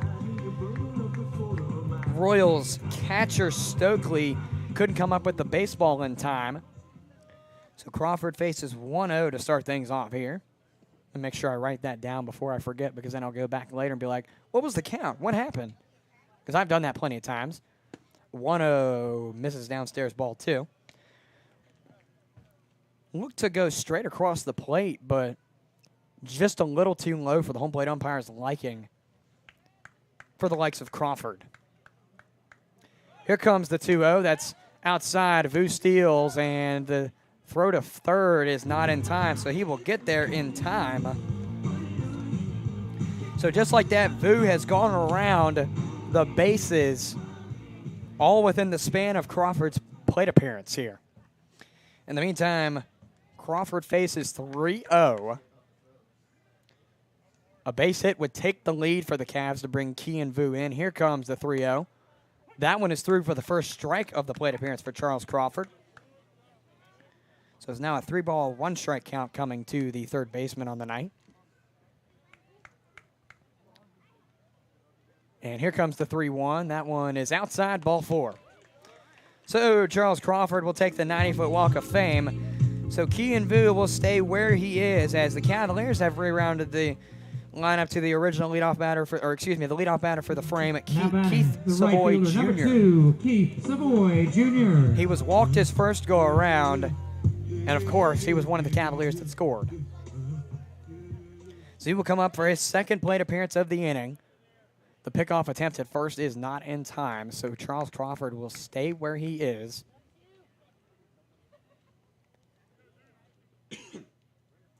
As Montone sets, here comes the first pitch of the at-bat to Savoy. That's through for a strike.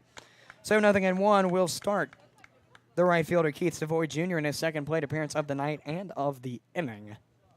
As the Cavaliers have basically done what the Royals did in the top of the frame, it's a tie ball game. Here comes the 0-1 to Savoy as Crawford will steal, but it's strike 2 in the meantime for Savoy. So it's Crawford on second and Vu on third with Keith Savoy Jr. commanding at the dish. 1 out of the board. Here comes the 0-2. Bouncing ball, and they will throw to first. And Kean Vu comes in unimpeded, and the Cavaliers have retaken the lead thanks to the fielder's choice. So Keith Savoy Jr. goes from 1 to 3 on the FC for the second out. As Alonzo Paul Jr.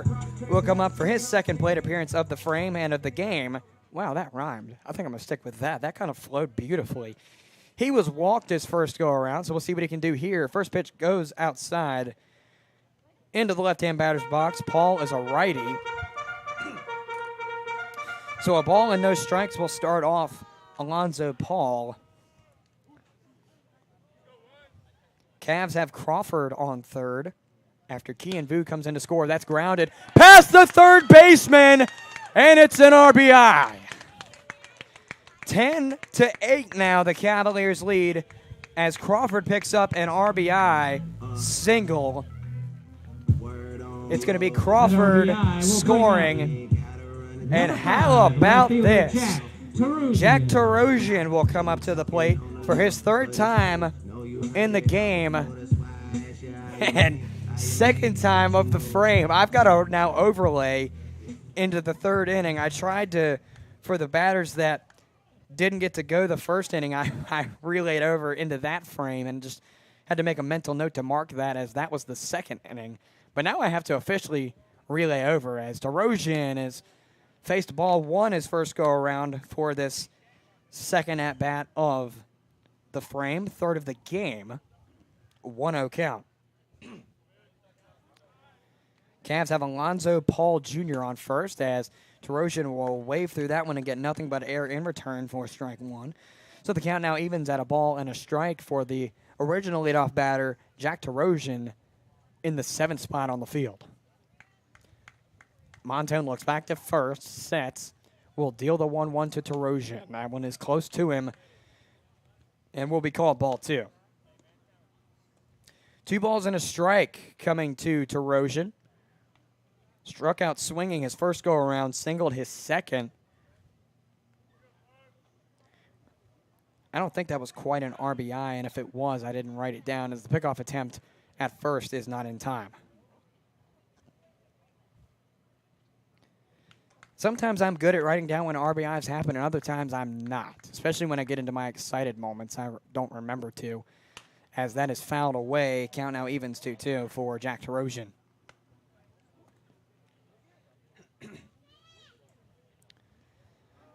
Two balls and 2 strikes with 2 outs down in this bottom half of the second. Cavs have retaken the lead from trailing 8-2. They now lead 10-8 over the Royals.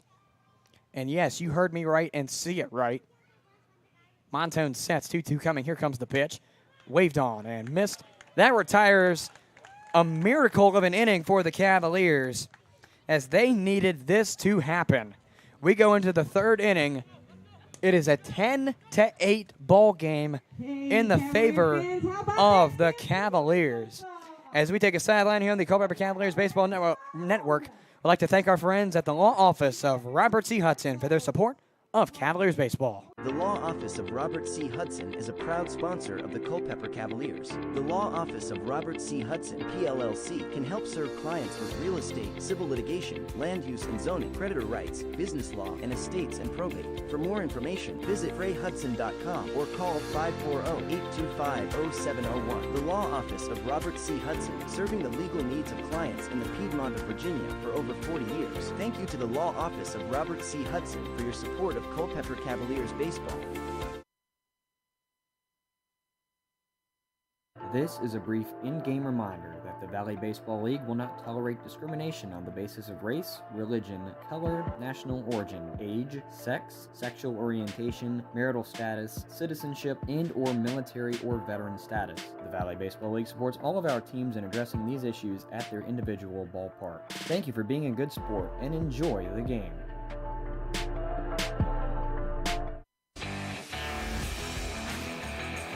A reminder that although you are tuned in online, your presence is felt just as much as those sitting in the stands here tonight. So remember to please be a good sport, practice good sportsmanship, be mindful in any and all comments made, as the Valley Baseball League has absolutely no tolerance on unsportsmanlike conduct.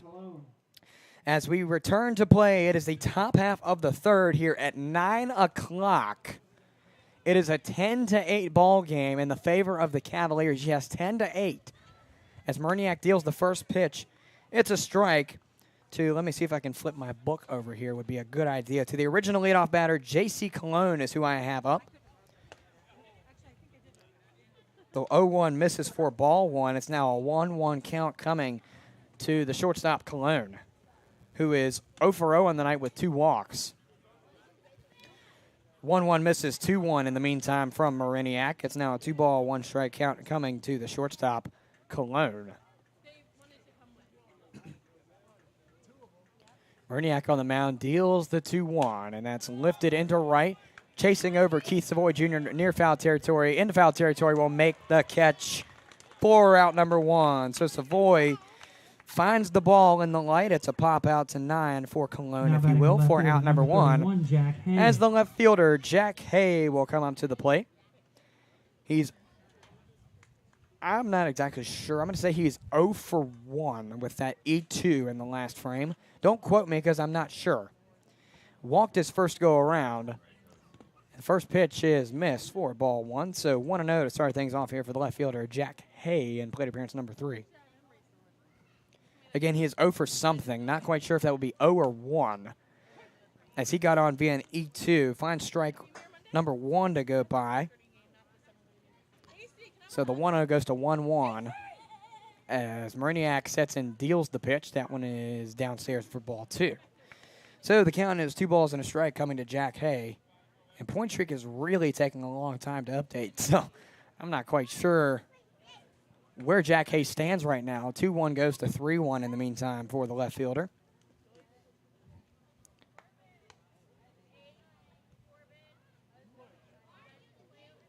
I'm going to refresh the page because it's still stuck on J.C. Cologne, as that's ball 4. So Hay will take the 90-foot walk of fame. So whatever he is still 0 for as he gets on after being full.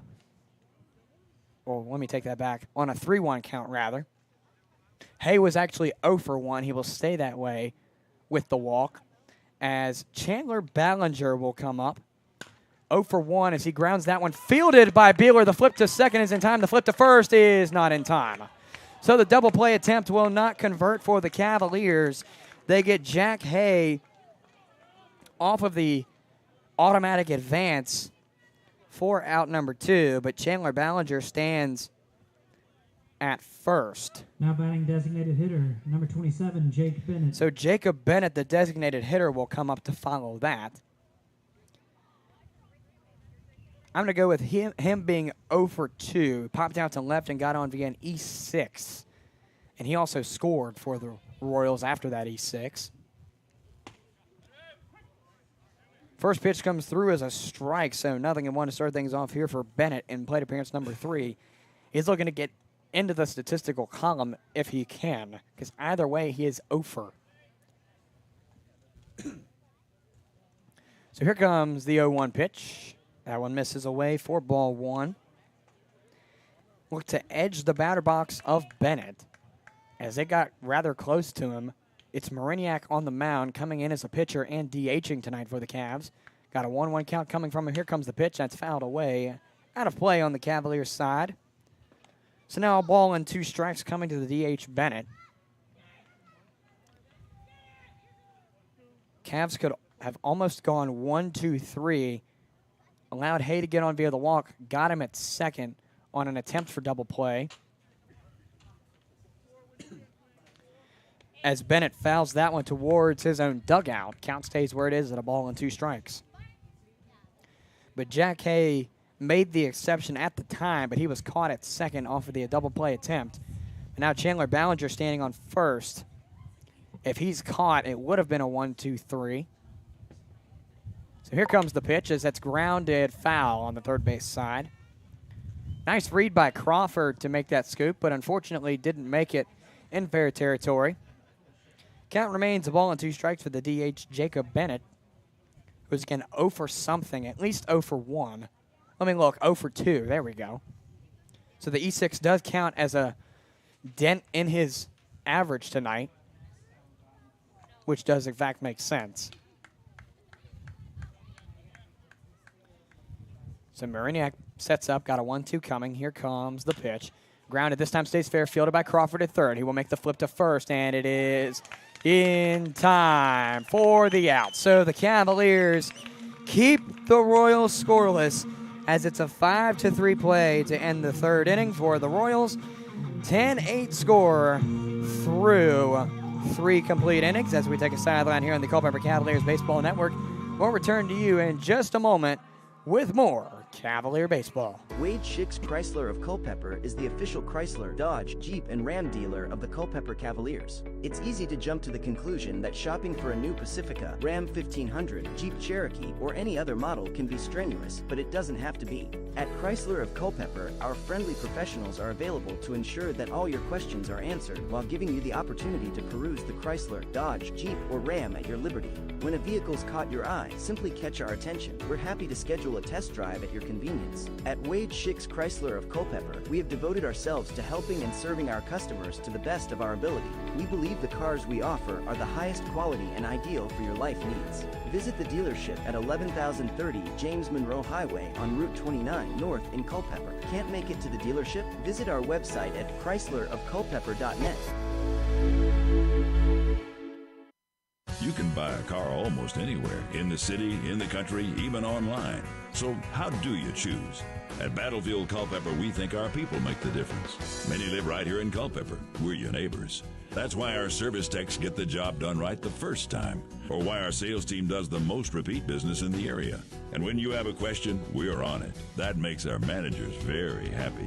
You can buy a car anywhere, but you'll want to buy it from Battlefield Culpeper, because we are Culpeper. So after a monstrous bottom half of the second from the Cavs on offense, followed by a scoreless defensive set, the Cavs look to extend their lead over the Royals at a 10-8 score. Yes, you heard me right, and you're reading the screen right. 10-8, the Cavaliers lead, only in the third. As the first pitch from Mondone, if my memory serves me correct. Montone, excuse me. He will pitch ball one on the first one. The 1-0, I believe, was swung on, if I was paying attention enough. 1-0 in the meantime before that pitch. So here comes the 1-0. That converts to 2-0, it appears. For Carter Newman, the man due up to lead things off. It's going to be Newman, Mariniak, and Coppage, the three due up for the Cavs. As 2-0 comes in, rather that was 3-0. Missed for ball four, so the leadoff batter, Newman, will take the 90-foot walk of fame after he is loaded on balls and nothing but. As Connor Mariniak, the DH, and the pitcher will come up to the mound, or excuse me, not the mound, to the plate for the Cavaliers.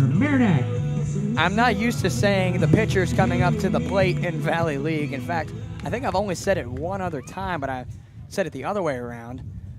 I want to say it was Woodstock last year had a position player, or not a position player, a pitcher play position. No, I take that back. He was a DH, substituted in the middle of the game. He came in to hit and then saved for Woodstock. So 1-0 is the count coming to Mariniak on the first one. The pickoff attempt at first in order to get Newman out is not in time. So the count remains 1-0 coming to Mariniak, the DH and pitcher now for the Cavs. That's going to be popped up, playable into right field, chasing back Holder. He will make the catch for out number one. So Newman will have to go back after he advanced. It's a pop out to 9 on the record of Mariniak if you're scoring at home. So it's going to be David Coppage, the second baseman, coming up. Second baseman, number 35, 2 for 2, David perfect Coppage. On the night. Got a single the first go-around and helped the Cavaliers tie the game at then 8-8 in the second off of a 3-run home run over in left field. Here comes the pitch in the meantime, and that will ping him, so he won't get a chance to do anything here as he will take the 90-foot walk of fame off of the first pitch to him via the HBP. So the first baseman, Reese Beeler, will come up to the plate. Beeler's 0 for 2 on the night so far, sacrificed to 8. Now batting the first baseman, to get Carter 7, Newman home Reese Beeler. In the first inning, and then looked at it one go by for strike 3 in the second inning. Again, he sits 0 for 2 with runners on first and second in the form of David Coppage and Carter Newman. First pitch to him is through 4 strikes, so nothing in one to start things off here for Reese Beeler in plate appearance number 3 on the evening. Here comes the 0-1. That's inside. Downstairs, ball 1.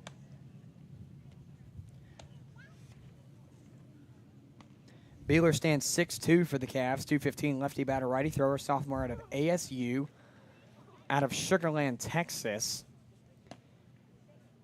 Has decent plate appearances every now and again. Here comes the 0-1 that is, or excuse me, the 1-1 that's grounded. The flip to second is not on target, and Newman will round to third off of the error. So Reese Beeler gets on via the fielder's choice. Excuse me, I meant to mute that. Reese Beeler gets on via the fielder's choice that calls error. It's going to be an E4 off of the fielder's choice, and Carter Newman comes home, and it's an 11-8, excuse me, ball game in the favor of the Cavs, as Coppage now stands on third. Runners threaten the corners for the Cavs, with Kean Vu coming up to the plate now for the Cavaliers. He singled his last time around and got hit by the pitch. He grounds that one. Second is the field. Flip to first is in time for out number 2. But the run does score in the form of David Coppage, and it's now a 12-8 Cavalier advantage, as it's a sacrifice for the three play for the second out, as the third baseman Charles Crawford comes up. He's 0 for 1 rather, as he walked his last time around and popped out to center his first. As the first pitch comes to him, it's downstairs for ball 1. So Crawford starts up in the count 1-0 here in plate appearance number 3. It's funny that almost every batter has gone back-to-back in frames this game, as Crawford fouls that one straight back for a 1-1 count. The only batters to not have gone back-to-back so far are Savoy and Paul. They've gone back-to-back in my book, but that's only because I didn't do it the correct way. I did it to help save some space, and even then, Jack Tarosian came up for a third plate appearance. So a ball and a strike coming to Crawford. Here comes the pitch. That one looked straight across, but had to have been upstairs just a little bit too high for Crawford, and it's now a 2-ball, 1-strike count coming to the third baseman with Reese Beeler, on second. I was going to say Kean Vu, but Vu sacrificed. And in the meantime, it's a 3-1 count coming to Charles Crawford on the next one.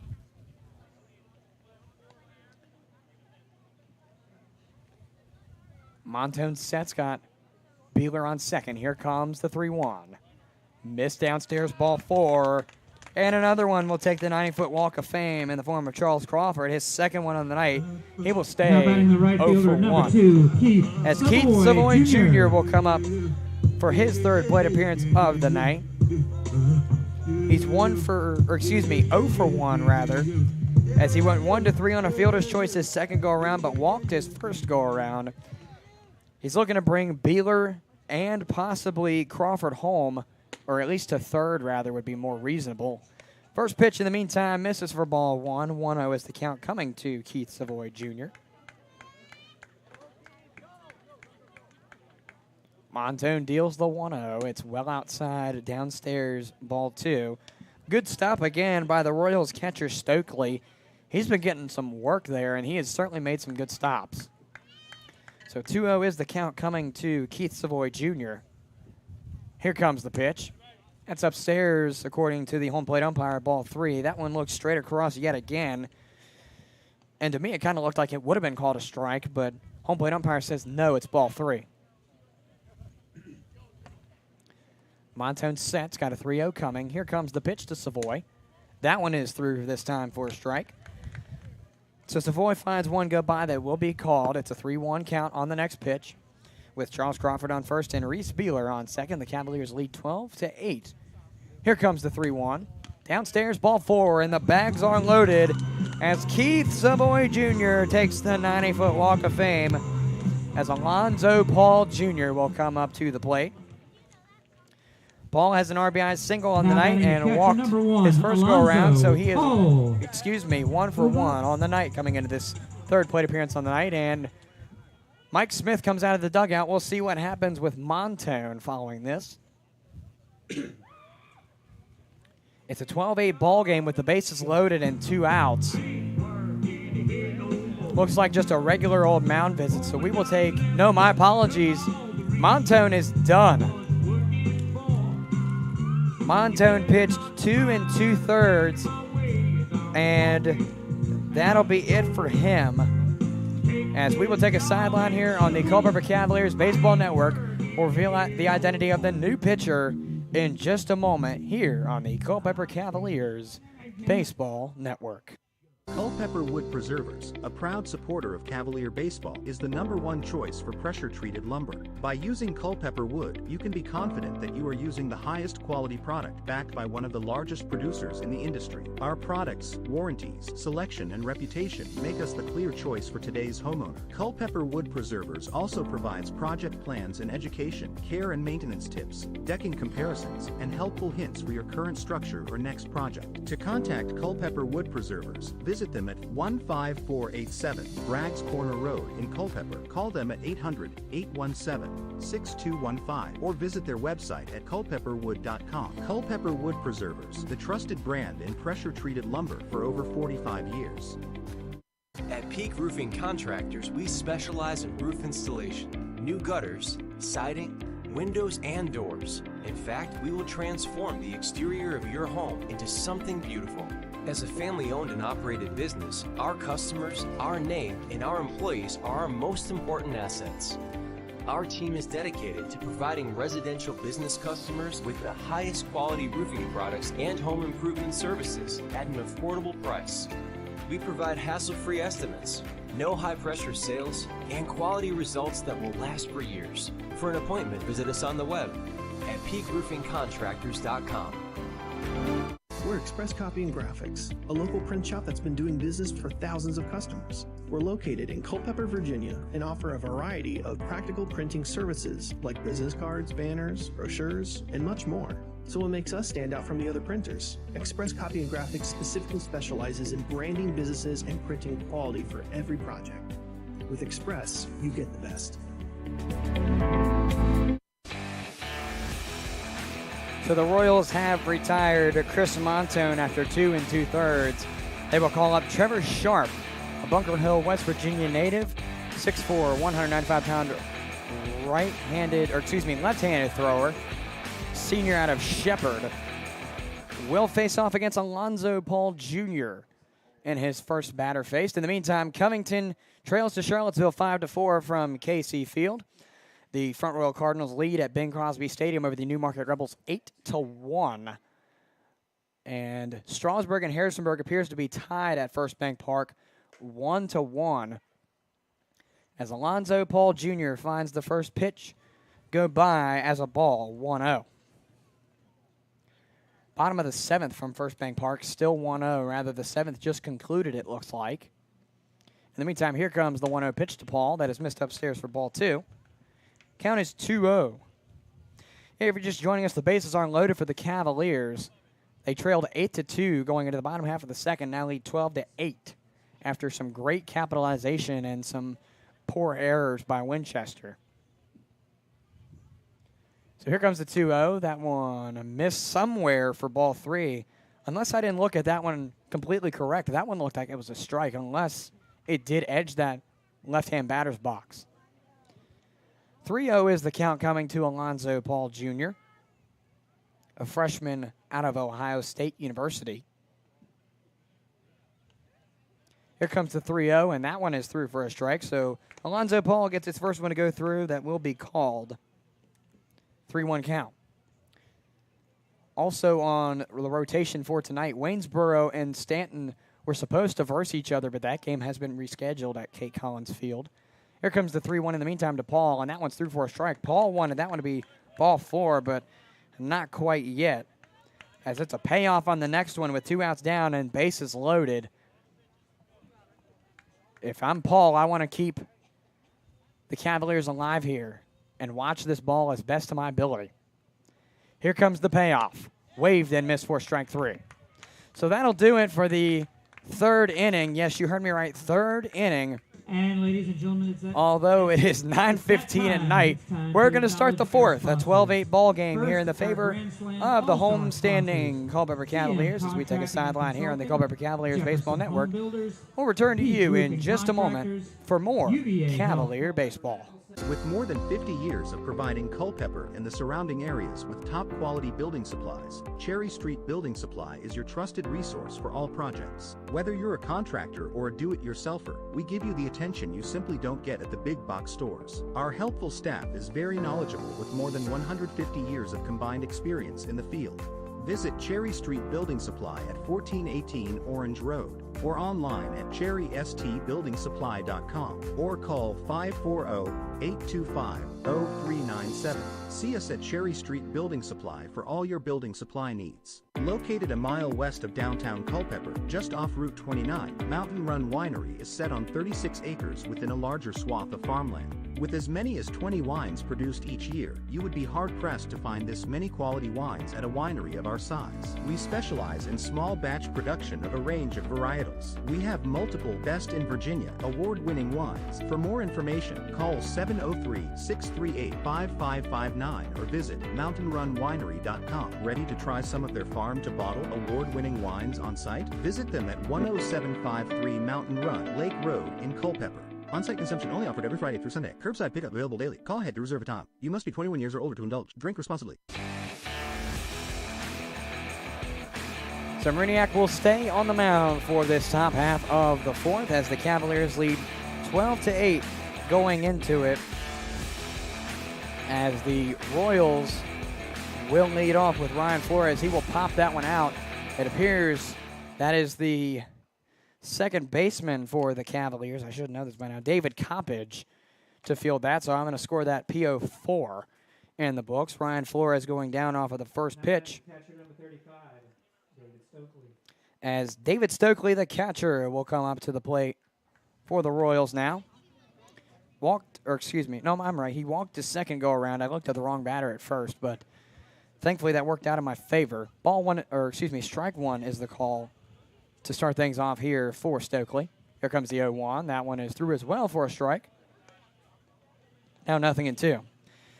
I'm looking down at my scorebook because I'm trying to figure things out and didn't hear the strike call as that's grounded, fielded by the shortstop Newman. The flip to first is in time.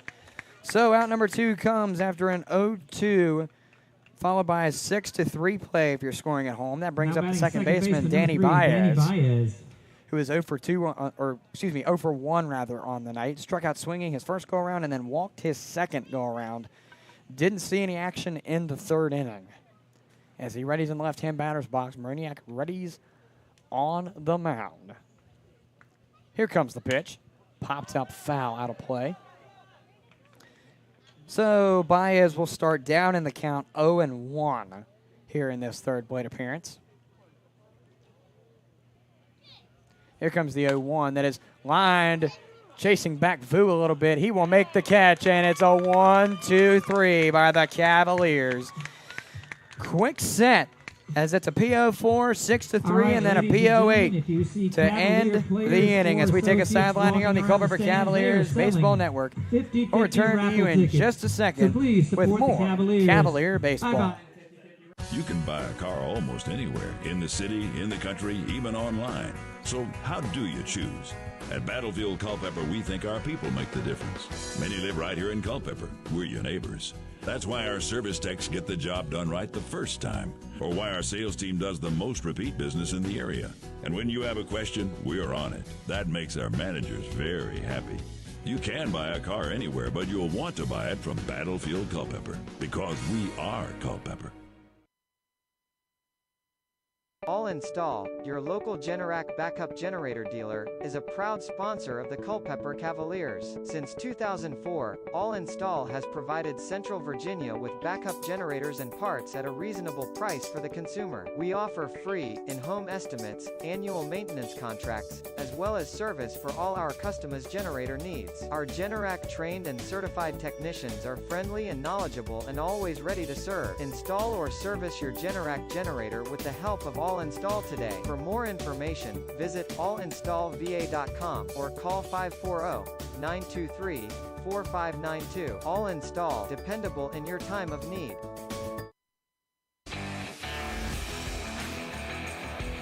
Transitioning now to the bottom half of the fourth. Cavaliers lead 12-8 over the Winchester Royals, as Trevor Sharp will round out his warm-ups on the mound. The Cavaliers will start out with their original leadoff batter, Jack Tarosian, the left-hander, to come up to the plate. He is 1 for 3 on the night, as he struck out swinging twice and then singled in the second. Or rather, he struck out swinging as well in the second, because he got 2 plate appearances that go around as well. Singled his first time around in the second, though. Was a part of the 8 scores that the Cavaliers put up in that inning. So here comes the opening pitch of the at-bat, and my goodness, that was close. Tarosian had to move out of the way to avoid the HBP immediately, and that would have certainly taken some brain cells with it. My goodness, that was a very close pitch. the meantime, the 1-0 comes in. It'll miss, or excuse me, wrong wording. It will go through as a strike. So now a ball and a strike coming to Terosian from Sharp. 1-1 comes in. That misses downstairs for ball 2. Count is now 2 balls and a strike for the left fielder Terosian, who is looking to get back into the hit column after singling in the second. Here comes the 2-1. That is upstairs for ball 3. Terosian now facing 3 balls and a strike.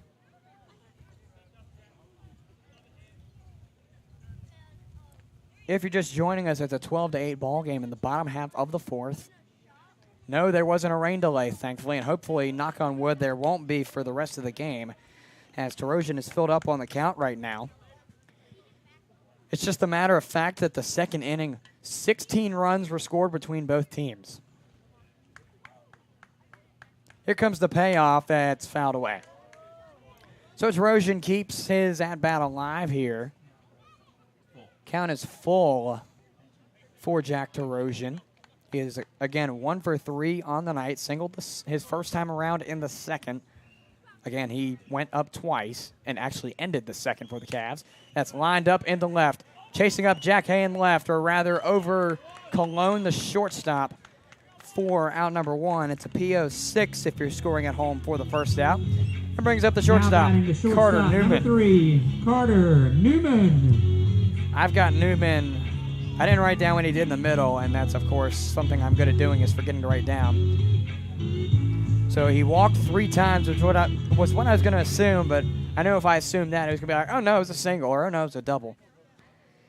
And he has walked 3 straight times, so he is 0 for 0. As the first pitch comes through, it misses for ball 1. So 1-0 to start things off here for Carter Newman in plate appearance number 4. He's looking for his first hit as he finds strike 1 to go by. It's now an even count at 1-1.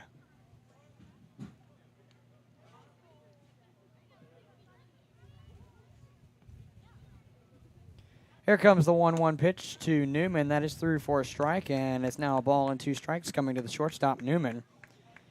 In plate appearance number 4, he is 0 for 0 with 3 straight walks. He's looking to get into some statistical category here, as he will wave and miss through that one. He does get in the statistics board, but not the way he wants, as he will swing through that one and miss for strike 3. And he goes down on strikes for the second out. Number 15, Connor As the DH Mariniak. pitcher, whatever you want to say he is, Connor Mariniak comes up. I want to say he is 0 for 1, or 0 for 2, excuse me, with the E6 his second time around. Walked his first time around again, got on via the error at shortstop, and then popped out to right. So I'm going to say 0-2 for his record on the night. He faces ball 1, I believe. Yep, on the first one. So 1-0 to start things off for the DH/pitcher here in plate appearance number 4. 1-0 comes in, and he will call that ball 2, it seems. That's what I'm going to go with for right now because I didn't have a hand signal and I didn't hear anything through my earphones. So 2-0 is the count. Speaking of 2-0, here comes a pitch that's popped up. Gonna bloop. Connor Mariniak getting the single easily. He's going to round to second. He should make it there as nobody's covering. It's a bloop double by Connor Mariniak. As he gets on second, it's going to be David Coppage to follow that. And now batting, I was going to say something, and I 35, completely forgot what I was going to say. As that hit threw me off track there, so I'm not quite sure what I was going to say. But in the meantime, it's going to be David Coppage, the second baseman, to come up. He is perfect. Although not 3 for 3, he is 2 for 2 with a walk, a home run, and a single in backwards order.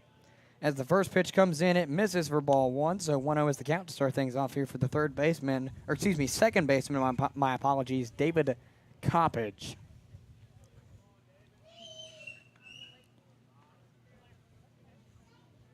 Here comes the 1-0. That one misses in almost the exact same spot for ball 2. Now a 2-0 coming to Coppage from Trevor Sharp.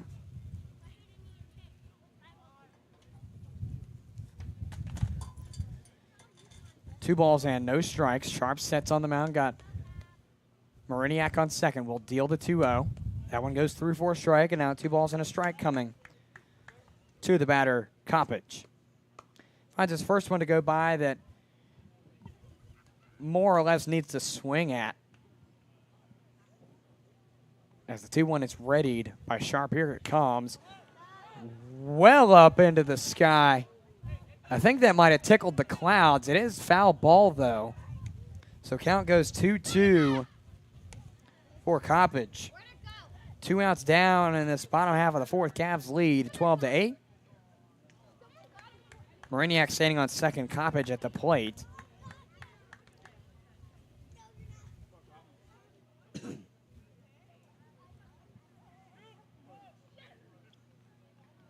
So Sharp readies on the mound. Got a 2-2 coming. He sets. David Coppage at the plate. Looks back to second. Nobody home. Here comes the 2-2 pitch. Waved on and missed. That'll do it for the fourth.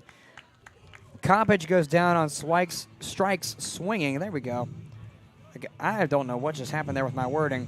As we take a sideline here on the Culpeper Cavaliers Baseball Network, going to the top half of the fifth. Cavs lead 12-8 here on the Culpeper Cavaliers Baseball Network. Back with you in just a moment after you hear a word from our friends at Bragg's Corner Properties. Bragg's Corner Properties is a proud sponsor of the Culpeper Cavaliers. Located just off major highways Route 29 bypass, routes 3, 15, and 17, yet close to shopping centers within town limits such as Culpeper Colonnade and the Center at Culpeper, Bragg's Corner offers a great place for an entrepreneur to start a business or for an existing business to expand or relocate. Bragg's Corner is home to some of your favorite national chains and some of the finest small businesses in the area. Bragg's Corner is ready to help make your business transition into this ever-expanding commercial area. Enjoy the freedom to start, grow, or expand your business today. For questions or to open your lease, visit Bragg's Corner Properties online at braggscorner.com. That's BRAGGS corner.com. Bragg's Corner Properties, where business meets success. We may be in the barbecue business, but our joy and commitment is in serving people and the community. Sean's Barbecue is committed to impacting lives, from our ambassadors to the guests that visit our restaurants every day. We would like for all of our ambassadors to invest time and energy in making the businesses thrive by creating a positive atmosphere, engaging with one another, and connecting with our guests. Sean's Smokehouse Barbecue. Real wood, real food, real good. Cavs will stick with Mariniak to go to this top half of the fifth, where they lead 12-8 over the visiting Winchester Royals here at CCHS. And leading off for the Royals will be Jackson Holder, who is 0 for 1 on the night with a pop out to 6 and then walked his second go around. He will step into the left-hand batter's box. Here comes the pitch for Mariniak. That one misses low and away for ball 1. So Holder will start up 1-0 here in this third plate appearance for him of the night. He will cut and miss through that one for strike 1. Now a ball and a strike to his record for this third plate appearance. The 1-1 comes in, and that won't count, it looks like, because Holder stepped out of the batter's box. So count remains 1-1. Here comes the pitch. Upstairs, ball 2.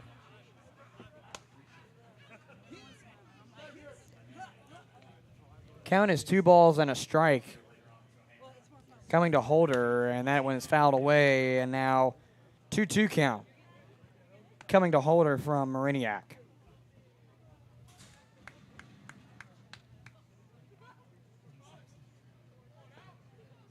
Here comes the 2-2, and that one is missed.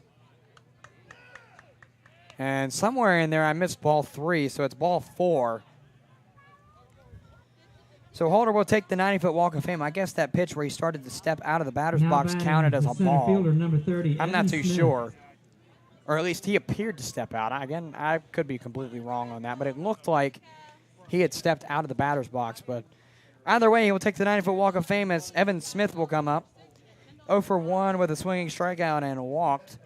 First pitch comes in. It'll miss ball 1. 1-0 is the count coming to Smith from the pitcher now, Connor Mariniak.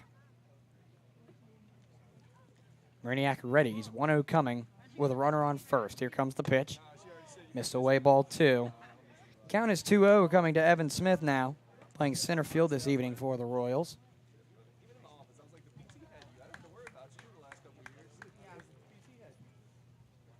2 balls and no strikes. Mariniak readies. Now he sets. And runner on first. Here comes the pitch. 2-0. That's fouled well out of play on a line drive. Now 2 balls and a strike to the center fielder, Smith. It's Jackson Holder on first via the walk that went 3-2, according to my stat sheet.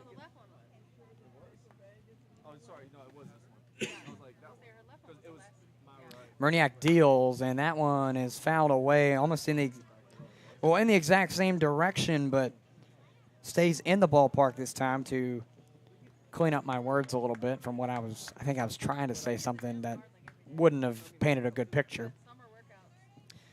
2-2 now coming to Evan Smith, the center fielder for the Royals. He steps back into the left-hand batter's box. Mariniak readies on the mound. 2-2 coming with Holder on first. That one misses away, ball 3, and it's another full count. This one coming to Evan Smith.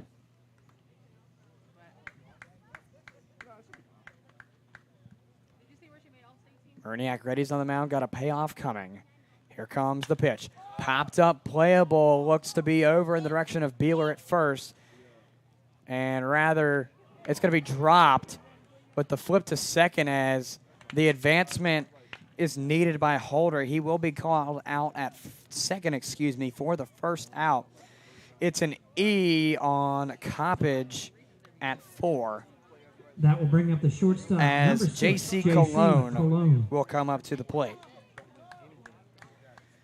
Cologne's 0 for 1, walked 2 times in his first and second at-bats, but popped out to right his third. Looking to get into some statistical category that brings his average up. As strike 1 comes in, Smith steals to second.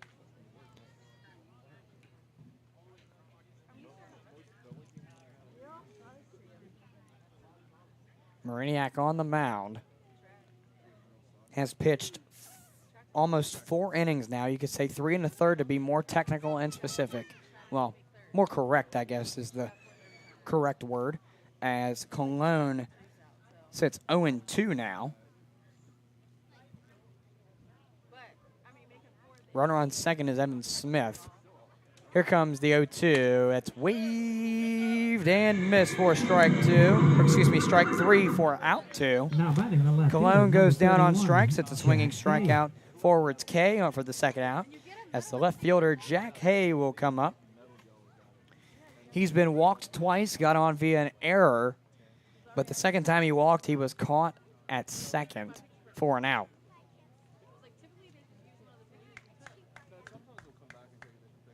I could say 0 for 1 for Hay tonight. Here comes the first pitch of the plate appearance. That is missed for ball 1. So 1-0 is the count to start things off here for Jack Hay in plate appearance number 4. According to my sheet, he is 0 for 1. Here comes the 1-0. That misses outside, ball 2. Count is now 2-0 to the left fielder, Jack Hay, out of Parkland, Florida. Was a Cardinal last year when I was there at Front Royal. So familiar with him. As Mariniak readies on the mound, got a 2-0 coming. Here comes the pitch. Grounded and past the second baseman, Coppage. Runner comes home from third. He will score. And the Royals get back on the board as Smith will score. It's an RBI single for Jack Hay, and it's now a 12-9 ball game, still in the favor of the Cavs. As the first baseman, Chandler Ballinger, will come up for the Royals.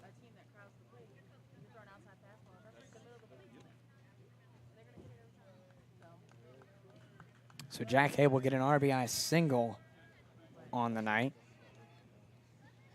Point streak still says J.C. Cologne. Not quite sure why it hasn't updated yet, because Jack Hay had a rather extensive at-bat, and now he is actually on first as Chandler Ballinger faces strike 1 looking on the first one, so 0-1 to start things off. Here comes the 0-1 that is fouled on the third base side. Will just about leave the ballpark. 0-2. Cavaliers lead now 12-9 over the Royals. Werniak looking to put this inning down, or put this inning away for better wording, as he's got 2 outs, 0-2 count. Here comes the pitch. Missed ball 1 is the call. 1-2 is the count for Chandler Ballinger. He's got a single on the night, walked his second time around and popped out to left, so he has 1 for 2 coming into the game, or coming into the plate appearance, excuse me. Here comes the 1-2, and that's waved and missed for strike 3. So Ballinger goes down on strikes. It's a forwards K in the books if you're scoring at home. And that will do it for the bottom half, or excuse me, the top half of the 5th as we transition to the bottom half of the 5th. It's a 12-9 ball game in the favor of the Cavaliers. We take a sideline here on the Culpeper Cavaliers Baseball Network. We'll return to you in just a moment with more Cavalier baseball. UVA Health Culpeper Medical Center is your local health center specializing in everything from allergies to weight loss. UVA Health Culpeper Medical Center cares for you and your medical needs from the time you walk in the door until the time you walk out. UVA Health Culpeper Medical Center strives to transform health and inspire hope for all Virginians and beyond. For more information on your local UVA Health Culpeper Medical Center, call 540-829-4100. Visit them at 501 Sunset Lane or visit uvahealth.com to find your nearest location. UVA Health, centering patients around all we do. Founded in 1951, the Supply Room has grown to be the second largest independent office furniture and supplies dealer in the United States and the largest in the Commonwealth of Virginia. A third-generation family-owned and operated business, our mission is to provide competitive prices, superior service, and innovative solutions to our customers' problems. The Supply Room offers extraordinary customer service, fast and free shipping, customized solutions, and a commitment to community involvement. For more information about your local office supply dealer, visit thesupplyroom.com or call 800-849-7239 toll-free. A reminder while we have a brief break that the Culpeper Cavaliers' first ever golf tournament fundraiser is coming up on Monday, July 17th. Play golf while supporting Culpeper Community Baseball and the Culpeper Cavaliers. The tournament will be on Monday, July 17th at the Country Club of Culpeper. Registration is at 8:30 a.m. and shotgun start will be at 9. Lunch will be provided following the tournament, and Cavalier players will also be playing in the tournament. You can create your own foursome or create a threesome and have your Cavalier player be your fourth. If this sounds interesting to you, go online to culpepercavaliers.org/golf-tournament for the registration forms. As Reese Beeler grounds that one to second, the flip to first is in time just about. So Beeler will go down off of a first pitch 4-3 play for the first out, as the center fielder Kian Vu will come up to the plate for the Cavs. Walked his first time around off of an HBP, singled his second time around, sacrifice hit his third time around, so he sits 1 for 2 coming into this fourth plate appearance. Here comes the first pitch of the fourth plate appearance, and it's through 4 strikes, and nothing. I want to start things off here for Kian Vu in plate appearance number 4. Sharp deals, and that's over the head of the third baseman, and Kian Vu will round to first and get there safely. What a play from the center fielder. We got a replay on that one, as Kian Vu gets on via the 0-1. Now batting the third baseman. And my goodness, that was a beautifully placed baseball. As Charles Crawford will come up now for the Cavaliers. Crawford has walked 2 times and popped out to center his first time around, so he sits 0 for 1 as he comes into this one. First one misses low and away for ball 1, so nothing at 1 to start things off here for Charles Crawford in plate appearance number 4 on the night. Sharp looks to first, deals the 1-0. Vu advances on the steal, and it looks like he will be caught. He, in fact, is. So Vu gets out after he is caught stealing at 4. Crawford, in the meantime, facing, I want to say it's 2-0. I wasn't paying attention to where the pitch ended up. I'm going to go 2-0 for right now, and we'll hopefully figure it out soon.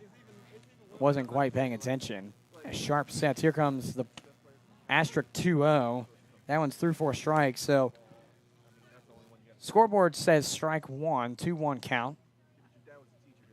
Charles Crawford, the third baseman, at the plate now. And that one is through 4 strike, and that, in fact, was a ball earlier, as that is strike 2 now, 2-2 count. Sharp sets. Here comes the 2-2. It is outside ball 3, and Crawford will face a payoff on the next one. Crawford coming into the game 12 for 50. That's a 240. Has 2 home runs and 7 ribbies on the season coming into the game. He sits 0 for 1 tonight. Here comes the payoff to him, and he will tip and foul that one. So count remains where it is on the payoff.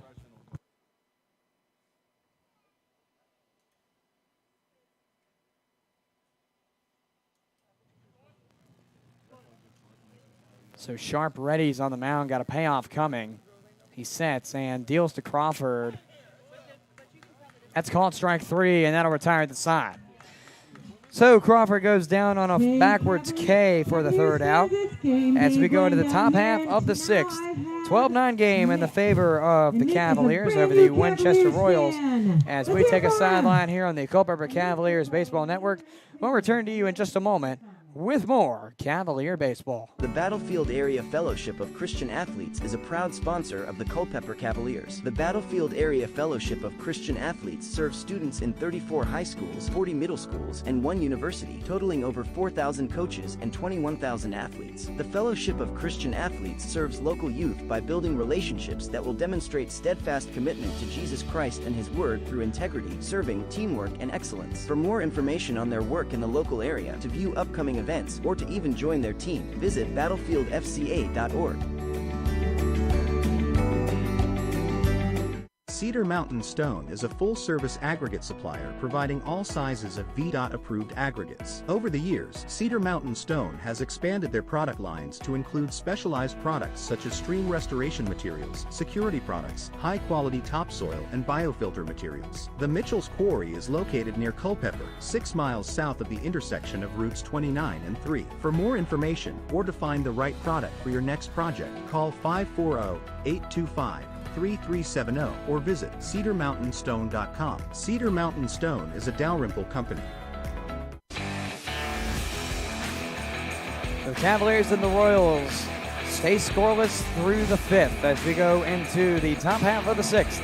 It's a 12-9 ball game in the favor of the Cavaliers as the Royals will lead off with their cleanup hitter, Jacob Bennett, for this top half of the 6th. Bennett appears to be 0 for 3 on the night with a pop out to 7, an E6, and a 5-3. Here comes the first pitch from Mariniak of the frame. And I forgot to reset my scoreboard. That'll be strike 1 on the play. Top of the 6th is where we sit. Here comes the pitch. It's grounded down the third baseline, but will be foul. So Bennett sits 0-2 early on in this at-bat.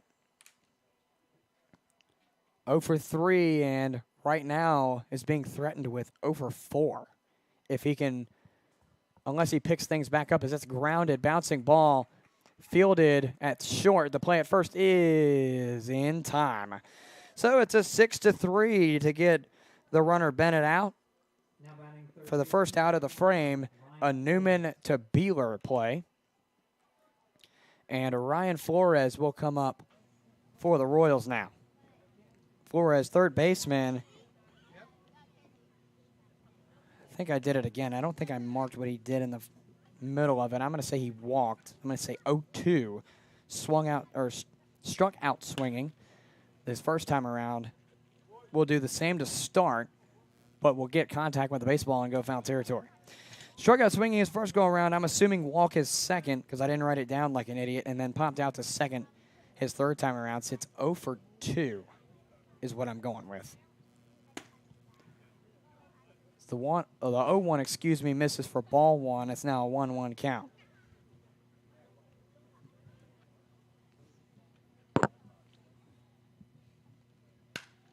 as that one is popped and will drop in front of Tarosian for a base hit.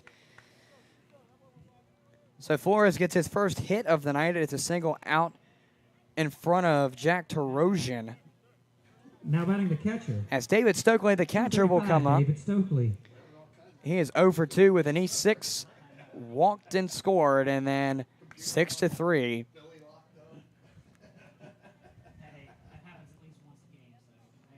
So Stokely is looking to get into the hit column as Mariniak ready's on the mound. Got a runner on first now off of the single. Ryan Flores standing at first. Here comes the pitch. That one is through beautifully for a strike. And I think he wants to start things off here for the catcher, Stokely, in plate appearance number 4. Again, it appears he is 0-2. Here comes the 0-1. That one misses just a bit outside the strike zone for ball 1. It's now even counted a ball and a strike for Stokely. Mariniak ready's on the mound. Got a 1-1 coming. Here comes the pitch. Through as a strike, and that was lower placement, but it still did go through the strike zone. It's now a ball and 2 strikes for the catcher, David Stokely. Stokely 9 for 26 coming into the game, and 1-2 is grounded. The flip to second is in time. Is the flip at first in time? It is a double play to retire the side. A 5 to 6, I want to say, to 3 to retire the side for the third out. That'll do it for this top half of the 6th. Royals are held off as we go into the bottom half of the 6th. Cavs lead 12-9. We take a sideline here on the Culpeper Cavaliers Baseball Network, and we'll return to you after this brief word to always be a good sport. This is a brief in-game reminder that the Valley Baseball League will not tolerate discrimination on the basis of race, religion, color, national origin, age, sex, sexual orientation, marital status, citizenship, and/or military or veteran status. The Valley Baseball League supports all of our teams in addressing these issues at their individual ballpark. Thank you for being a good sport and enjoy the game. Design Options Incorporated is a proud supporter of Culpeper Cavaliers baseball. At Design Options, we provide architectural services for custom drawn residential and commercial plans at a reasonable cost. We provide architectural services for custom house plans, commercial projects, renovation and additions, and garages, barns, and stables. We pride ourselves in helping every client design their project to perfectly fit their needs. Our finished product is a construction plan guaranteed to meet the permit requirements of Virginia. To get in touch with us today, call 540-825-4656 or visit their website at designoptionsinc.com. So the Cavaliers held off the Royals in the top half of the 6th after allowing Ryan Flores on via the single. He is caught at second in a double play to make it a 1-2-3 inning, and more of a little bit of a heart attack style, if you will, as the Cavaliers will call up their right fielder, Keith Savoy Jr., to lead things off. It'll be Savoy, Paul, and Tarosian. The 3 Cavaliers due up in this bottom half of the 6th. Cavaliers lead 12-9 and have done so since the bottom half of the 2nd. Leading off the bottom of the inning for the Cavaliers. So Keith Savoy Jr. will come up with 2 walks and then a 1-3 play on a fielder's choice. So he sits 0 for 1 coming into this 4th plate appearance on the night. So he will ready in the right-handed batter's box as Sharp readies on the mound, sets and deals the opening pitch of the 6th. It's through for a strike beautifully, so 0-1 to start things off for Keith Savoy Jr. In plate appearance number 4, again, he sits 0 for 1 with 2 walks. The 0-1, as I just about caught it, missed for ball 1. So the count now evens, at a ball and a strike. Sharp readies, and here comes the 1-1 that is fouled back. 1-2, and again, thankfully that ball did not get stuck up in the fencing, because I don't know if somebody would want to get it down tonight, but if not, that would be a Monday issue for me. As a ball and 2 strikes will be coming to Keith Savoy Jr. off of the pitch from Trevor Sharp. Here it comes. It's downstairs. Score it as a wild pitch as it hits the dirt. Ball 2, 2-2. Again, the Cavaliers have Savoy at the plate now. Following him will be Paul and Tarosian for the 3 due up for the Cavaliers in this bottom half of the 6th. Sharp deals the 2-2 in the meantime. That one tickles Savoy's batter's box. Full count is now on the record of Savoy. Approaching 10 o'clock only in the 6th inning. So this game is going to be very lengthy, and I think I can speak on the behalf of all of my press box pals. That one is beautifully grounded, picked up by the third baseman. No, it gets off of him. Keith Savoy Jr. getting it to go. I want to say that's a single. Counting it as a single on the behalf of Keith Savoy Jr., as he will pick up his first of the night in my book. So a beautiful hit that just slips past the Royals' third baseman Ryan Flores, as Alonzo Paul will come up to the plate. Here comes the first pitch to him, and that one is through for a strike, so 0-1 to start things off here for Alonzo Paul Jr. in plate appearance number 4. He is 1 for 2 with a walk. He fouls that one back in the meantime. 0-2 count coming to the catcher.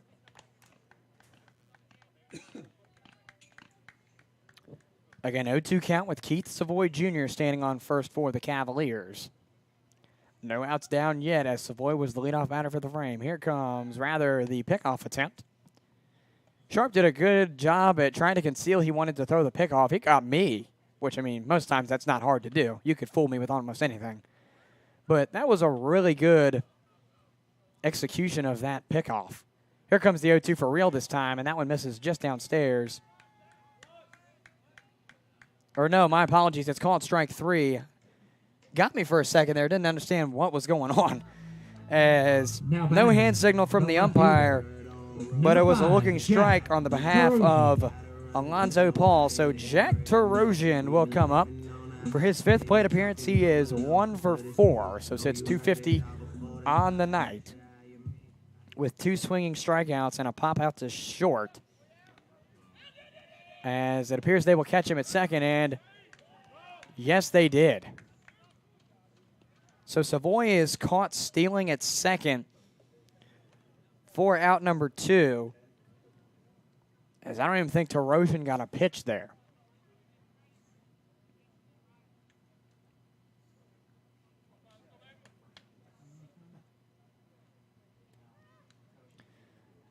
So Tarosian readies in the left-hand batter's box. Here comes the pitch.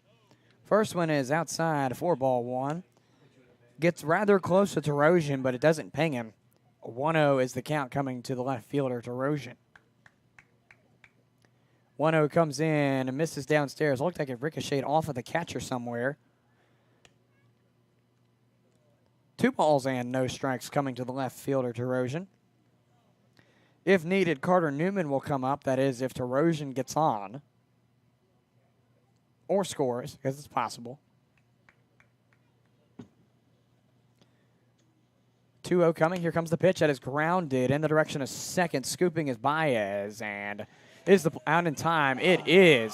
They call the out in time for Tarosian, and the side retires. As we go into the the top half of the 7th, my apologies, after finishing the bottom half of the 6th. Cavaliers 12, Winchester 9. As we take a sideline here in the Culpeper Cavaliers Baseball Network, we'll return to you in this top half of the 7th with more Cavalier baseball. Cedar Mountain Stone is a full-service aggregate supplier providing all sizes of VDOT-approved aggregates. Over the years, Cedar Mountain Stone has expanded their product lines to include specialized products such as stream restoration materials, security products, high-quality topsoil, and biofilter materials. The Mitchell's Quarry is located near Culpeper, 6 miles south of the intersection of routes 29 and 3. For more information or to find the right product for your next project, call 540-825-3370 or visit cedarmountainstone.com. Cedar Mountain Stone is a Dalrymple company. You can buy a car almost anywhere, in the city, in the country, even online. So how do you choose? At Battlefield Culpeper, we think our people make the difference. Many live right here in Culpeper. We're your neighbors. That's why our service techs get the job done right the first time, or why our sales team does the most repeat business in the area. And when you have a question, we're on it. That makes our managers very happy. You can buy a car anywhere, but you'll want to buy it from Battlefield Culpeper, because we are Culpeper.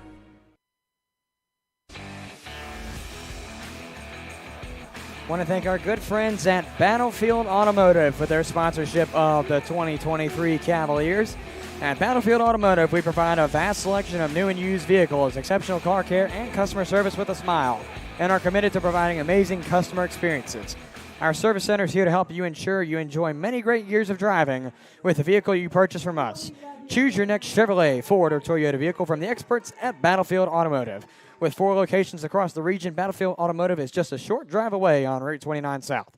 Your Battlefield Toyota and Chevy locations are based at 11013 and 11055 James Monroe Highway in Culpeper, and Battlefield Ford locations based at 10463 James Monroe Highway in Culpeper and 2895 South Seminole Trail in Madison. For more information on finding your next new or used Chevy, Ford, or Toyota, visit BattlefieldAuto.com. The leadoff batter for the frame, in the meantime, as I get through that at a great time, Danny Baez is tagged out at first for out number 1. I wasn't even paying attention, so I don't even know what to score that right now. Either way, out number 1 on the board as Jackson Holder comes up. Finds ball 1 on the first one, so 1-0 the count.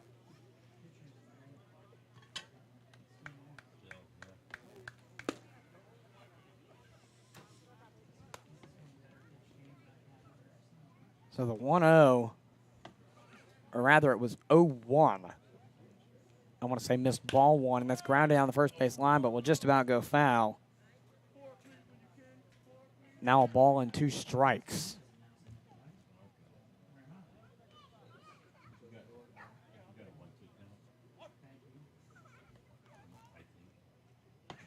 So Brandon Mack will bring some more baseballs in the meantime, and that's something that has happened a lot last night.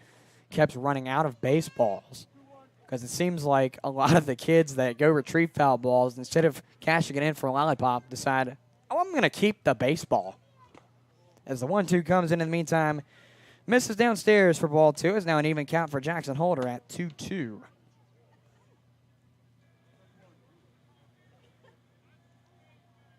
So following Holder will be Smith, as that's lined. And what a catch from Newman. A great play off of the bat of Holder. Now for out number 2, it's a pop out to 6. 30, Evan Smith. As Holder goes down on the PO6 for out number 2. Evan Smith will come up.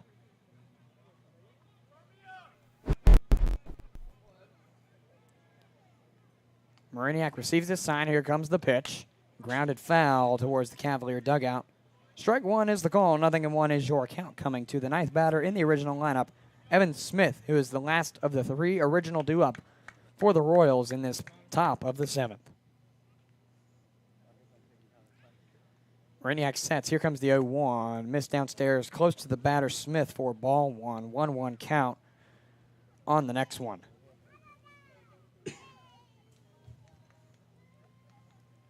Mariniak readies. Here comes the 1-1 to Smith. That one is through for a strike. It's now a ball and 2 strikes. Coming to the center fielder, Smith, who in his 4th plate appearance appears to be 0 for 2 with a swinging strikeout and an error at second that got him on. So here comes the 1-2, and it's a cut and a miss. Call it strike 3, and it's a 1-2-3 as Smith goes down on strikes for strike number 3. We take a sideline here on the Culpeper Cavaliers Baseball Network. More Cavalier baseball coming to you in just a couple of seconds here on the Culpeper Cavaliers Baseball Network. With over 30 years experience, Settle Excavating and Construction Incorporated offers Culpeper and surrounding counties top-notch services in modular construction, remodeling, additions, site work, and driveways. Pick one of our floor plans to customize, or bring us your plan. We are authorized builders for nationwide homes. For more information, contact Settle Excavating and Construction by phone at 540-547-2898 or visit us online at settleconstruction.com. The Law Office of Robert C. Hudson is a proud sponsor of the Culpeper Cavaliers. The Law Office of Robert C. Hudson, PLLC, can help serve clients with real estate, civil litigation, land use and zoning, creditor rights, business law, and estates and probate. For more information, visit rayhudson.com or call 540-825-0701. The Law Office of Robert C. Hudson, serving the legal needs of clients in the Piedmont of Virginia for over 40 years. Thank you to the Law Office of Robert C. Hudson for your support of Culpeper Cavaliers Baseball.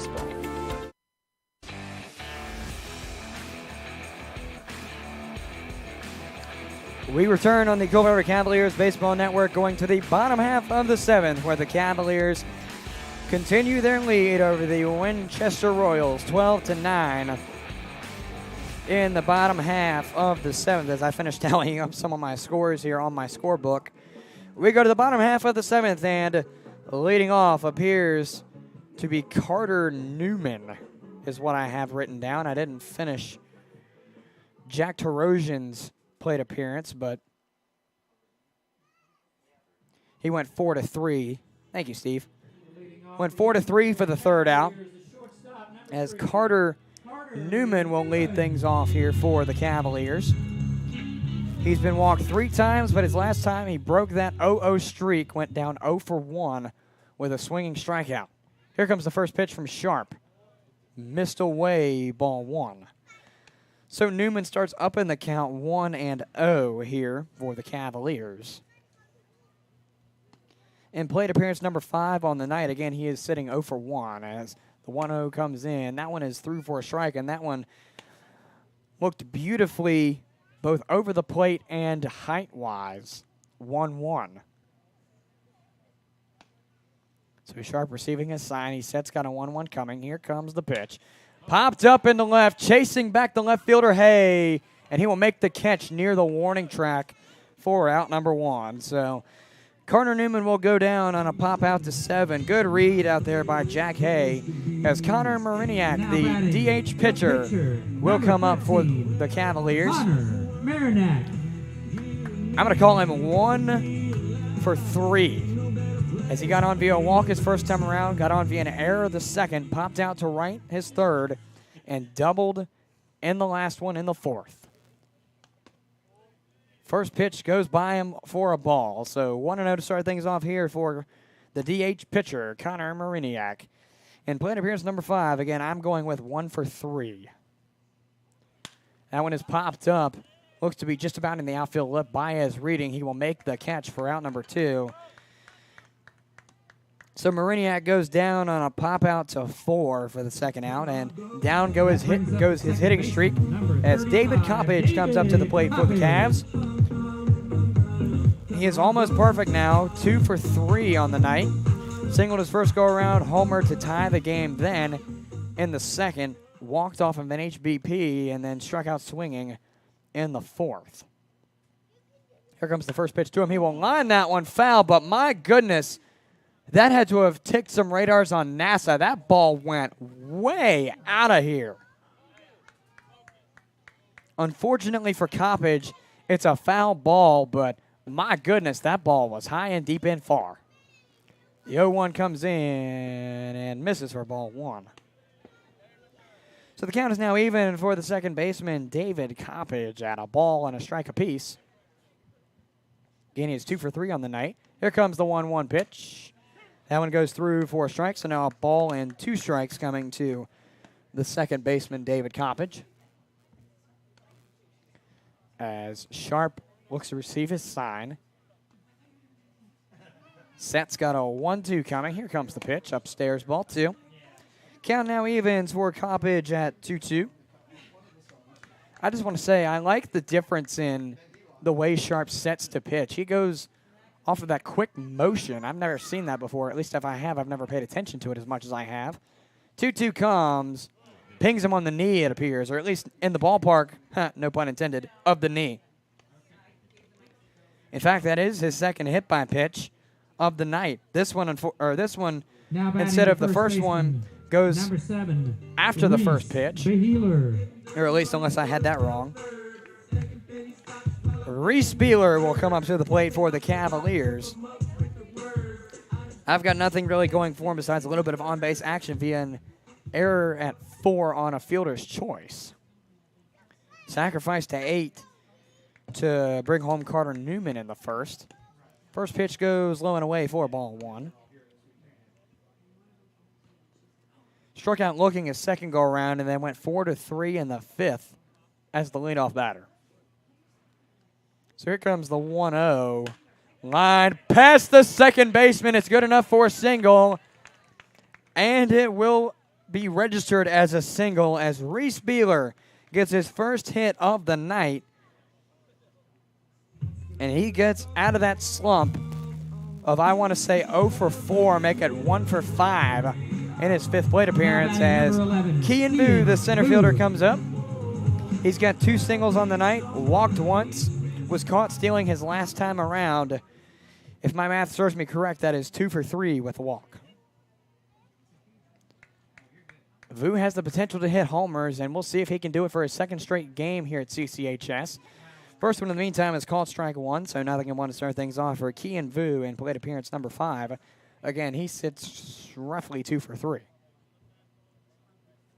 Runners on first and second for the Cavaliers are Reese Beeler and David Coppage now. As Sharp deals the 0-1, that one is swung on. They won't check. They'll say ball 1, it appears, or at least that's my signal. 1-1 count is what I have. Vu, a lefty, one of the few lefties on the Cavalier roster, one of the few, if any, others that are both lefty-lefty. Sharp sets, looks back to second. Nobody home. Here comes the 1-1. That is grounded to the first baseman. Bobbled, but it appears he will make the play. So it is a sacrifice hit.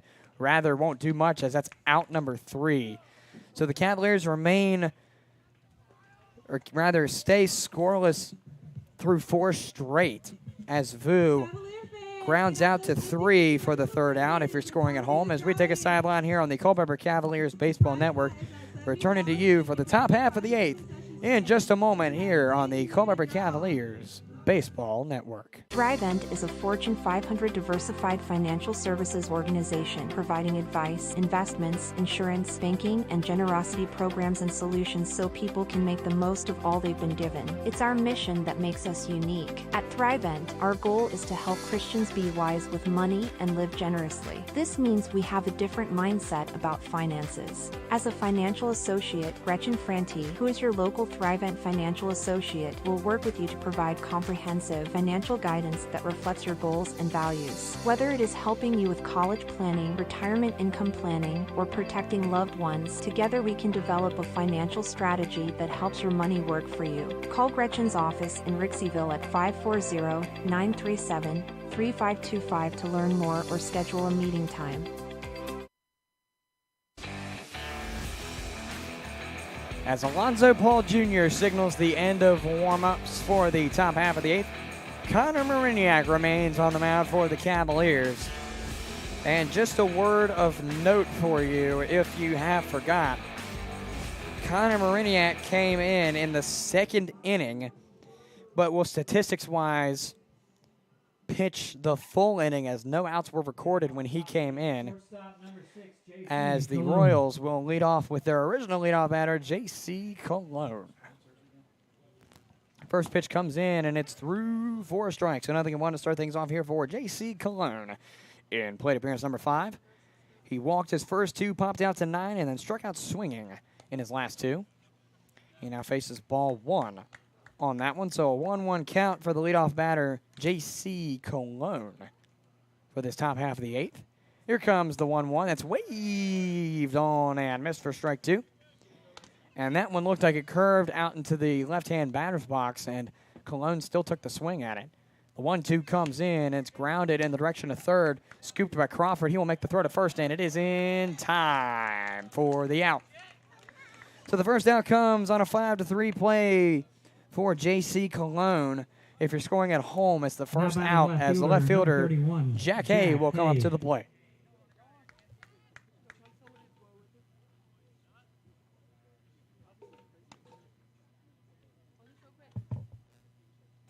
So Jack Hay comes up to the plate for his 5th plate appearance. Not much of anything going besides a single in his last plate appearance, and then walked as that one gets to the pitcher. He will throw it out to first after a little bit of a scamper for out number 2. So a 1-3 play if you're scoring at home for Jack Hay. Hey, that kind of rhymed too. For the second out of the frame as Chandler Ballinger comes up, the first baseman. Ballinger got a single in the 3rd. Walked in the 2nd, but has popped out to left and struck out swinging.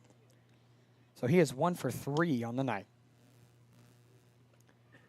Steps into the left-hand batter's box, and Mariniak readies. Here comes the opening pitch of the plate appearance. That is downstairs, close to the dirt, 4-1, 1-0 being the count for Ballinger. Here comes the 1-0 pitch that is grounded towards second, scooping his Coppage. The throw to first is in time, and it's another 1-2-3 inning. No strikeouts recorded, but they're all outs coming at first. As we go into the bottom half of the 8th, it's Cavaliers 12, Winchester 9. We take a sideline here on the Culpeper Cavaliers Baseball Network. We'll return to you in just a moment with more Cavalier baseball. Bragg's Corner Properties is a proud sponsor of the Culpeper Cavaliers. Located just off major highways Route 29 bypass, routes 3, 15, and 17, yet close to shopping centers within town limits such as Culpeper Colonnade and the Center at Culpeper, Bragg's Corner offers a great place for an entrepreneur to start a business or for an existing business to expand or relocate. Bragg's Corner is home to some of your favorite national chains and some of the finest small businesses in the area. Bragg's Corner is ready to help make your business transition into this ever-expanding commercial area. Enjoy the freedom to start, grow, or expand your business today. For questions or to open your lease, visit Bragg's Corner Properties online at braggscorner.com. That's BRAGGS corner.com. Bragg's Corner Properties, where business meets success. You can buy a car almost anywhere, in the city, in the country, even online. So how do you choose? At Battlefield Culpeper, we think our people make the difference. Many live right here in Culpeper. We're your neighbors. That's why our service techs get the job done right the first time, or why our sales team does the most repeat business in the area. And when you have a question, we're on it. That makes our managers very happy. You can buy a car anywhere, but you'll want to buy it from Battlefield Culpeper, because we are Culpeper. We're Express Copy and Graphics, a local print shop that's been doing business for thousands of customers. We're located in Culpeper, Virginia, and offer a variety of practical printing services like business cards, banners, brochures, and much more. So what makes us stand out from the other printers? Express Copy and Graphics specifically specializes in branding businesses and printing quality for every project. With Express, you get the best. So the Royals will pull out Trevor Sharp. Haven't quite done the math yet, but in his place will be Cameron Kelly, Odessa, Florida native, 6'4", 210-pound righty-righty sophomore.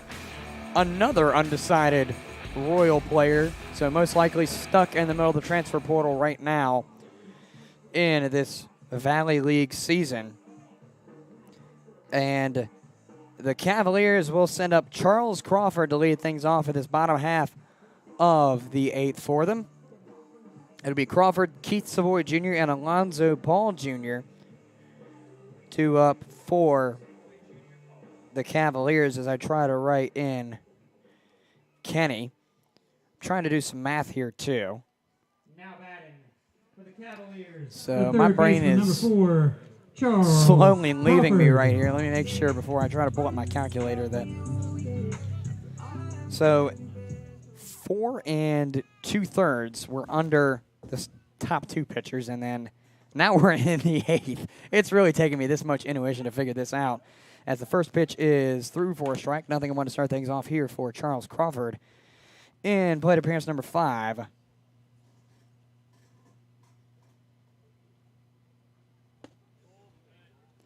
Ball 1 is called on the 0-1 pitch. Now an even count at 1-1.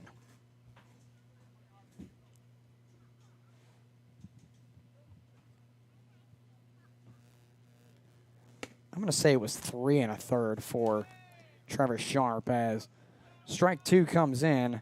That's not an official word, by the way, because my math could be way off. 1 ball, 2 strikes coming to the leadoff batter for the frame, Charles Crawford. Here comes the pitch. Lined out over the head of the first baseman, Ballinger. Into left at the warning track. Rounding to second is Crawford, and he will stop. How about that for the leadoff batter for the frame? Charles Crawford getting a double rather simply there after going down in the count 1 and 2. It'll be Keith Savoy Jr. to follow that, and of course, I just missed the hit on the replay. So Keith Savoy Jr. will come up to follow that.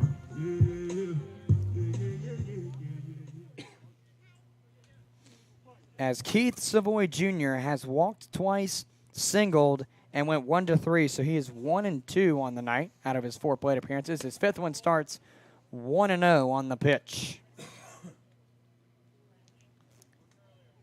Kenny comes into the game with a 13.43 ERA, 2 innings under his belt and 2 strikeouts. As he readies on the mound, 1-0 coming. Here comes the pitch. That one's through for a strike, so a ball and a strike. Now read on the resume of Keith Savoy Jr. for his 5th plate appearance.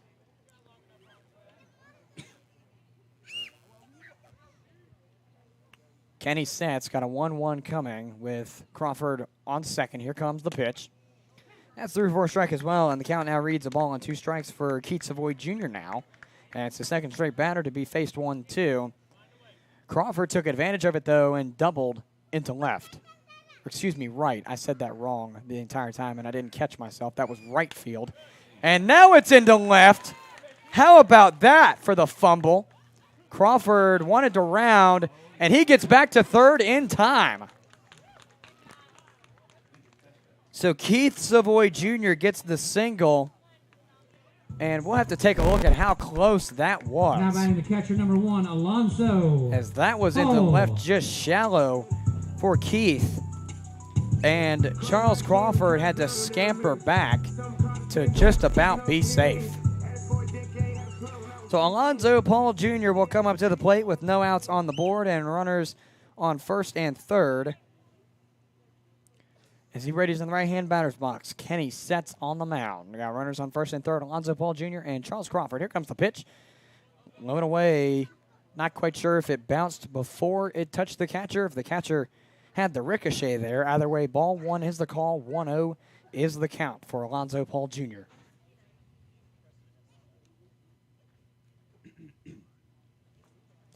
And now the home plate umpire will go out with Stokely's meeting with Kenny to freshen up my words a little bit. In the meantime, it is Keith Savoy Jr. on first and Charles Crawford on third. With no outs, it is Alonzo Paul Jr. at the plate. If you're just joining us, it has been 12-9 for the longest time, roughly since about the 5th inning is when the Royals scored, at least to my memory. That was just a guesstimate. I can't believe I actually got that right. In the meantime, 1-0 count. Here comes the pitch. Grounder to third. Off of the glove of the third baseman. The run comes home. That's an E5. So, not Keith Savoy. Alonzo Paul getting on via the E5. It doesn't help him, but it doesn't, well, I guess you could say it would hurt him, as it does go against his batting average as Charles Crawford scores. That's another one on the board, make it 13-9 in the favor of the Cavaliers as the original leadoff batter, Jack Terosian, comes to the plate. Terosian has singled this game, but not much else. He is 1 for 5 on the night. Coming into his 6th plate appearance, he's got runners on first and second, and Alonzo Paul and Keith Savoy. Here comes the first pitch. Bunt signaled. Will it be good enough to get to first? And it is not in time. He is there. So it is a beautiful bunt by Jack Terosian as he gets on. Not quite sure if I caught it. I just about caught it. That's amazing. The shortstop. Usually I'm not good at catching replays, but this time he got on and I caught it. So Carter Newman, the shortstop, will come up. No outs on the board, and this Bottom half of the 8th. Cavs have runners on every bag and have even had Charles Crawford to score. Kenny sets and deals to Newman. The first one goes through 4 strikes, and I think I want to start things off here for Carter Newman. In plate appearance number 6, he's walked 3 times, and he's 0 for 2 with a swinging strikeout and a pop out to left. 0-1 set from Kenny. Here it comes. They won't check him. They'll say it was downstairs. Ball 1.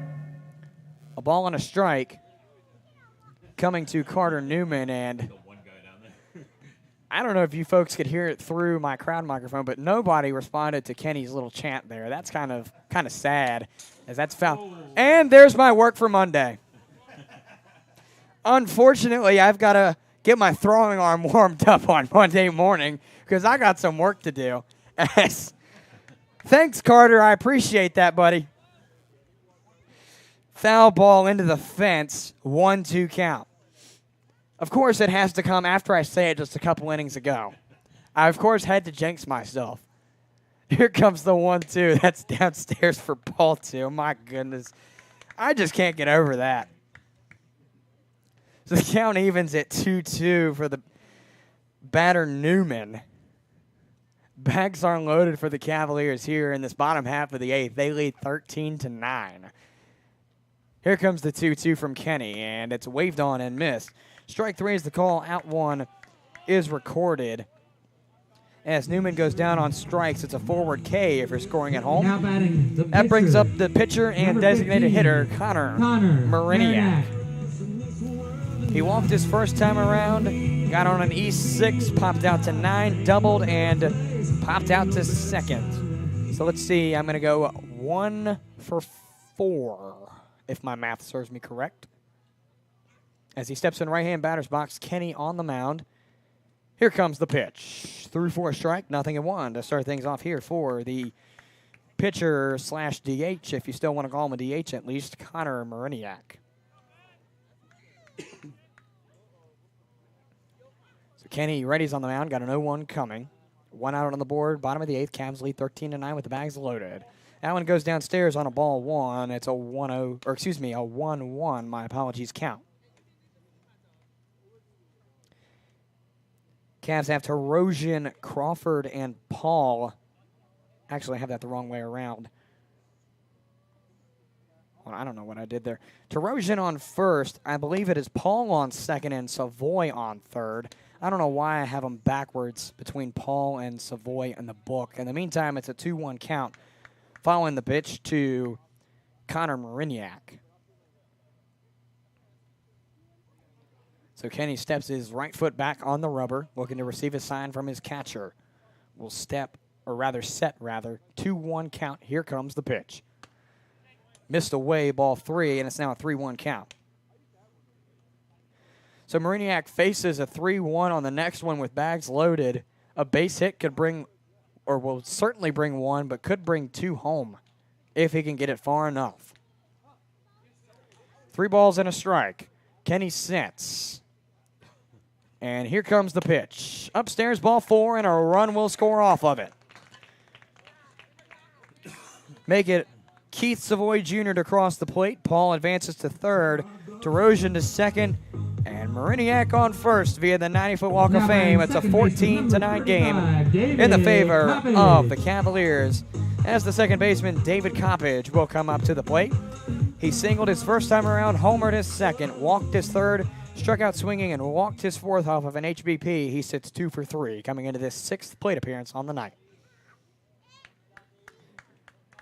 Bags are loaded with only 1 out. Here comes the opening pitch to Coppage. That's fouled away. Out of play for strike 1. So 0-1 to start things off here for David Coppage. In plate appearance number 1, or my apologies, plate appearance number 6, he is 0-1. I'm switching my numbers around now.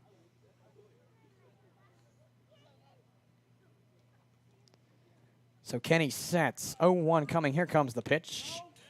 They'll call it a foul. It'll get away from the catcher, but Paul will not advance. So it's an 0-2 count. Or they counted it as a ball. I don't know where I heard strike at least.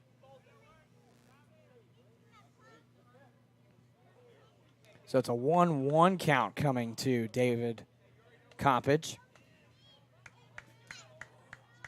Paul at third wanted to advance to home, but read where the placement was with Stokey. And they will signal at 0-2. How about that? The broadcaster was right. Nah, I'm just messing with y'all. 0-2 count coming to David Coppage.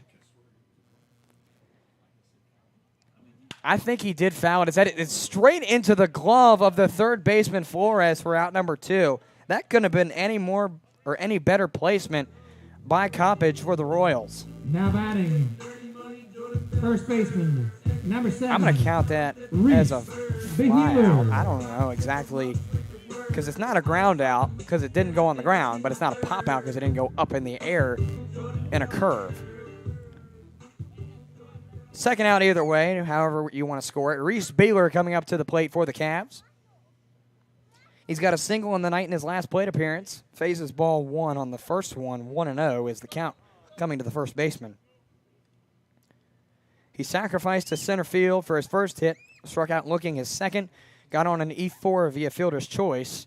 4-3, and then he singled. So Kenny Setz got the 1-0 coming with bags loaded. Here comes the pitch. Grounded on a chopper. Fielded by the second baseman. The play at first is in time. And that'll do it for this bottom half of the 8th. Cavaliers lead 14-9 as we go into this the top of the 9th. Cavs need to hold off the Royals here to seal the win. We take a sideline here on the Culpeper Cavaliers Baseball Network. We'll return to you in just a moment here on the Culpeper Cavaliers Baseball Network. The Pat Foundation has been here since 2013. Our focus is in 4 priority areas: childhood wellness, senior services, mental health, and workforce development. Our mission is to strengthen the health and vitality of our community. We have touched pretty much every nonprofit in our footprint. We've invested over $17 million in our community. It's a great honor and responsibility to be doing this work. And we look forward to working with our board leadership, nonprofits, businesses, and community at large in the years to come. This message is brought to you by the Path Foundation. For more information on the Path Foundation's missions, visit path4u.org or feel free to call them at 540-680-4100. Thank you, Path Foundation, for your support of the Culpeper Cavaliers. Culpeper Battlefield Tours, LLC is a proud sponsor of the Culpeper Cavaliers. Culpeper Battlefield Tours launched in 2022 to provide tours of Culpeper's historic battlefields and sites. Tours of 2 or 3 hours can be customized of Brandy Station Battlefield, Buford's Knoll, Fleetwood Hill, St. James Church, Stevensburg, and the Winter Encampment, or contact Culpeper Battlefield Tours for a specialty tour. To contact them, learn about upcoming events and more, call 540-632-4500 or visit culpeperbattlefieldtours.com.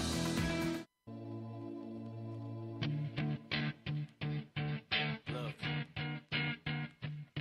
if you had one shot, one opportunity to seize everything you ever wanted, one moment, would you capture it?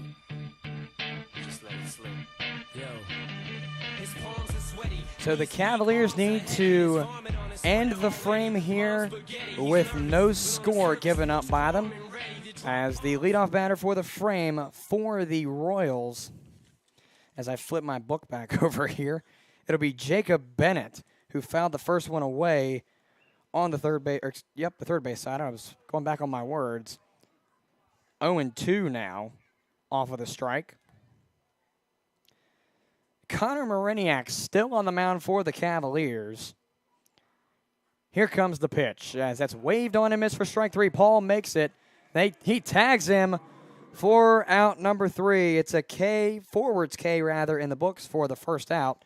And just like that, 1 down, 2 to go. The third baseman, Ryan Flores, will come up to the plate for the Royals here. Again, Cavaliers need 2 outs to seal the win here. And the umpire is going to dust off that home plate. I was about to say, it doesn't seem like he's dusted off the plate that much tonight. I wanted to say that, but I was like, no, maybe I just haven't paid enough attention in between innings and whatnot, but I guess not. Ryan Flores coming up as he fouls that one on the third base side out of play, so 0-1 for Flores to start things off. Struck out swinging his first go-around, walked his second, popped out to second, singled, and that's where he stands. He is 1 for 3 on the night. Here comes the 0-1 that is grounded, fielded by the shortstop. The play at first is in time. So out number 2 is recorded, and the Cavaliers are 1 out away off of the 6-3 Newman DeBeeler. As David Stokely, the catcher, will come up. I think I mispronounced that earlier, so if I did, my apologies. David Stokely coming up. Got on via an E6 his first go-around. Walked his second. 6-3 his third. Involved in a double play, 5-4-3 in his last one. He lines that one out. Jack Tarosian reading. And he made the catch. And that will do it. Tarosian is the man to end it. And that is the final score. 14-9. The Cavaliers pick up the victory over the Winchester Royals. Revenge stop number whatever. I've lost track. The Cavaliers are victorious over the Winchester Royals 14-9 after a game where they led 2-0, trailed 8-2, led 10-8, and then kept the lead there. As we take a sideline here on the Culpeper Cavaliers Baseball Network, back in 3.5 minutes for our quick post-game coverage here on the Culpeper Cavaliers Baseball Network. Cedar Mountain Stone is a full-service aggregate supplier providing all sizes of VDOT-approved aggregates. Over the years, Cedar Mountain Stone has expanded their product lines to include specialized products such as stream restoration materials, security products, high-quality topsoil, and biofilter materials. The Mitchell's Quarry is located near Culpeper, 6 miles south of the intersection of routes 29 and 3. For more information or to find the right product for your next project, call 540-825-3370 or visit cedarmountainstone.com. Cedar Mountain Stone is a Dalrymple company. Founded in 1951, the Supply Room has grown to be the second largest independent office furniture and supplies dealer in the United States and the largest in the Commonwealth of Virginia. A third-generation family-owned and operated business, our mission is to provide competitive prices, superior service, and innovative solutions to our customers' problems. The Supply Room offers extraordinary customer service, fast and free shipping, customized solutions, and a commitment to community involvement. For more information about your local office supply dealer, visit thesupplyroom.com or call 800-849-7239 toll-free. With more than 50 years of providing Culpeper and the surrounding areas with top-quality building supplies, Cherry Street Building Supply is your trusted resource for all projects. Whether you're a contractor or a do-it-yourselfer, we give you the attention you simply don't get at the big box stores. Our helpful staff is very knowledgeable with more than 150 years of combined experience in the field. Visit Cherry Street Building Supply at 1418 Orange Road or online at cherrystbuildingsupply.com or call 540-825-0397. See us at Cherry Street Building Supply for all your building supply needs. Path Recreation and Fitness Center is a proud sponsor of Culpeper Cavaliers baseball. Our full 27,000 square foot center is open with multi-sport courts, batting cages, a fitness area, activity rooms, and more to serve all your recreation and fitness needs. The fitness area offers classes for adults and children, strength and cardio equipment, a functional training room, and kids corner child care. Stop by 19002 Crossroad Parkway for a tour and see how the center can serve you. Thank you for voting us Best Fitness Center and Community Center in the Culpeper Times Best of the Best 2023 campaign. For more information, call 540-825-0000 or visit pathrecreationandfitnesscenter.com. Path Recreation and Fitness Center. Find your fun. Find your fit. A member of the Culpeper Wellness Foundation. Located a mile west of downtown Culpeper, just off Route 29, Mountain Run Winery is set on 36 acres within a larger swath of farmland. With as many as 20 wines produced each year, you would be hard-pressed to find this many quality wines at a winery of our size. We specialize in small batch production of a range of varietals. We have multiple Best in Virginia award-winning wines. For more information, call 703-638-5559 or visit mountainrunwinery.com. Ready to try some of their farm-to-bottle award-winning wines on site? Visit them at 10753 Mountain Run, Lake Road in Culpeper. On-site consumption only offered every Friday through Sunday. Curbside pickup available daily. Call ahead to reserve a time. You must be 21 years or older to indulge. Drink responsibly.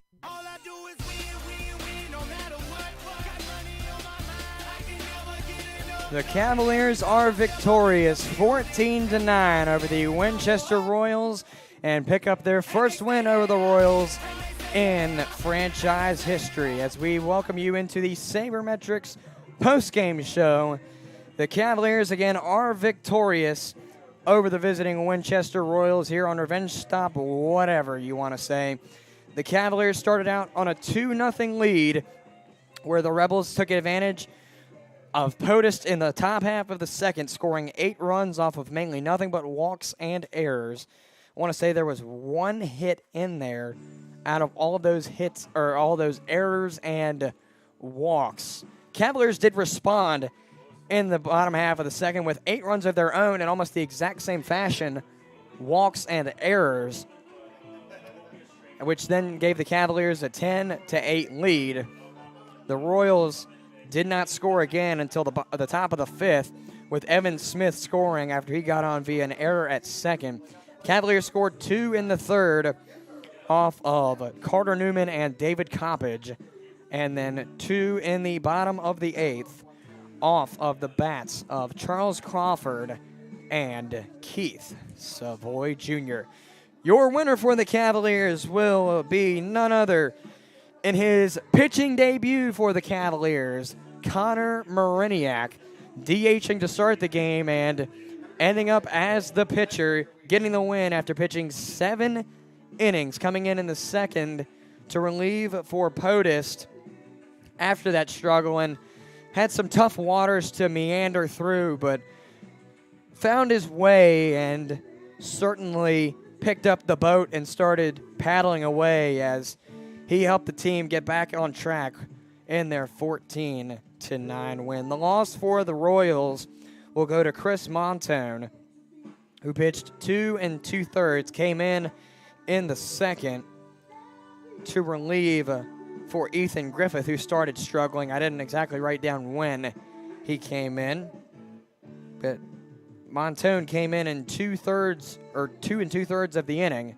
according to my book. Again, that could be wrong, and eventually gave up the lead to the Cavaliers.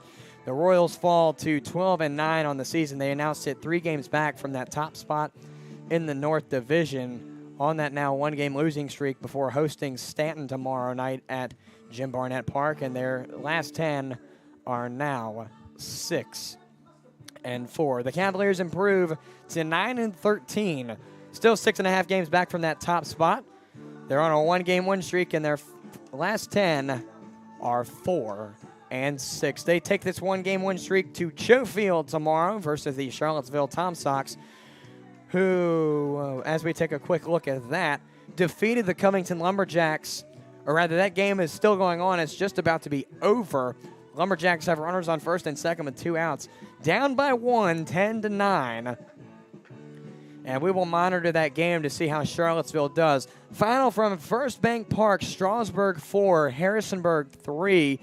The Turks and the Express, after squaring things up on a tie, Strasburg retakes the lead in the 11th. They went to extras twice after having a 1-1 tie in the 9th. The Turks scored 2, the Express scored 3. Top of the 9th, rather, shifting to the middle of the 9th at Bing Crosby Stadium. Front Royal 8, Newmarket 1. And we'll go back to the Covington game. 2 outs on the board still, bottom of the 9th, 10-9 game. Charlottesville winning over the Covington Lumberjacks right now.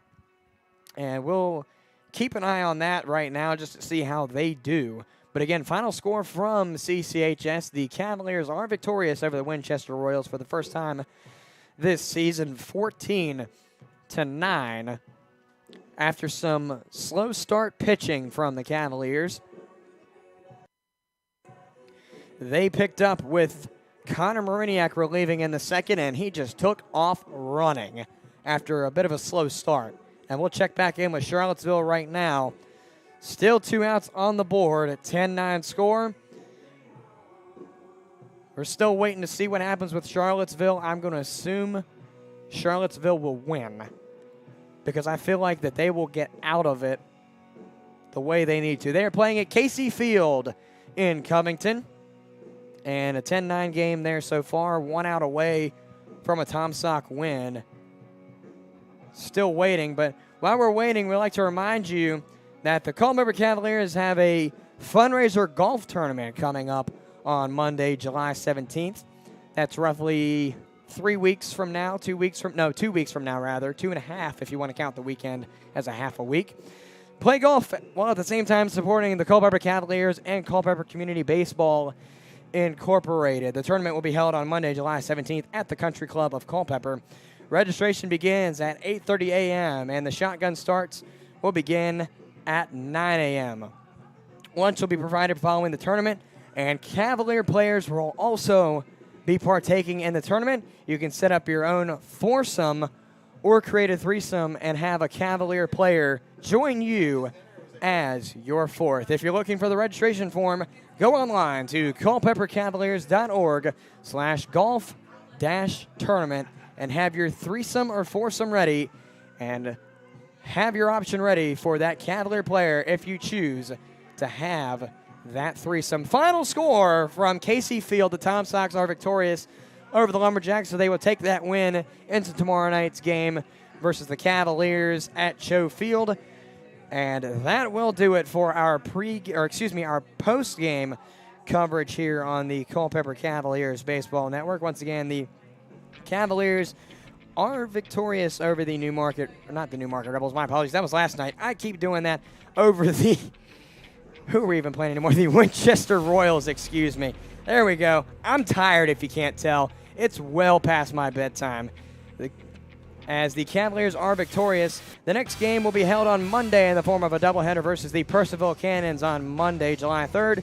Game time is set for 4:30 and 7:30. We will hit the airwaves at 3:58 for the Saber Metrics pregame show. The Culpeper Cavaliers would like to thank our 2023 sponsors, All Install, Battlefield Auto, the Battlefield Area Fellowship for Christian Athletes, Bragg's Corner Properties, Cedar Mountain Stone, Cherry Street Building Supply, Wade Schicks Chrysler of Culpeper, City Light Baptist Church, C&M Contracting and Consulting, Culpeper Battlefield Tours, the Culpeper Rotary Club, Culpeper Wood Preservers, Design Options Incorporated, Integrity Automotive, Jefferson Home Builders, Mountain Run Winery, the Path Foundation, the Path Recreation and Fitness Center, Peak Roofing Contractors, the Law Office of Robert C. Hudson, Sean Smokehouse Barbecue, Settle Excavating and Construction Incorporated, The Supply Room, Gretchen Thranty at Thrivent, and Express Copy and Graphics. Culpeper Cavaliers Baseball is presented to you on the air by YouTube, the affiliate of the Culpeper Cavaliers Baseball Network. This live stream is copyrighted by the Culpeper Cavaliers, Culpeper Community Baseball Incorporated, Valley Baseball League, and our affiliates on the Culpeper Cavaliers Baseball Network. The use of any copyrighted material in all forms of media without the express written consent of the aforementioned organizations is strictly prohibited. You can find all game and player statistics from tonight's game and all games in the 2023 season by visiting the Valley Baseball League's website at valleyleaguebaseball.com. You can follow the Cavaliers all season long on your favorite social media platforms, Instagram, Twitter, Facebook, LinkedIn, and YouTube at Culp Cavaliers. That is C-U-L-P Cavaliers. On Twitter, Instagram, Facebook, LinkedIn, and YouTube for never missing an update on the Culpeper Cavaliers. Once again, your final score from the night's game. The Culpeper Cavaliers are victorious over the visiting Winchester Royals 14-9 from Culpeper County High School. This is Cameron Whalen alongside Kenny Jackson and Billy Mitchell, who are still sitting up here with me, my press box pals, signing off for tonight's game. And we will see you on Monday for the doubleheader.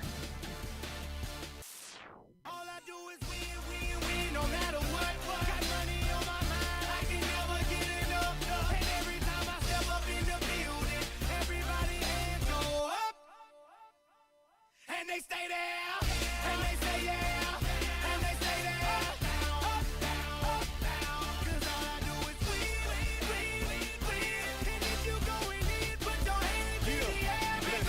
You've been listening to Culpeper Cavaliers Baseball on the Culpeper Cavaliers Baseball Network.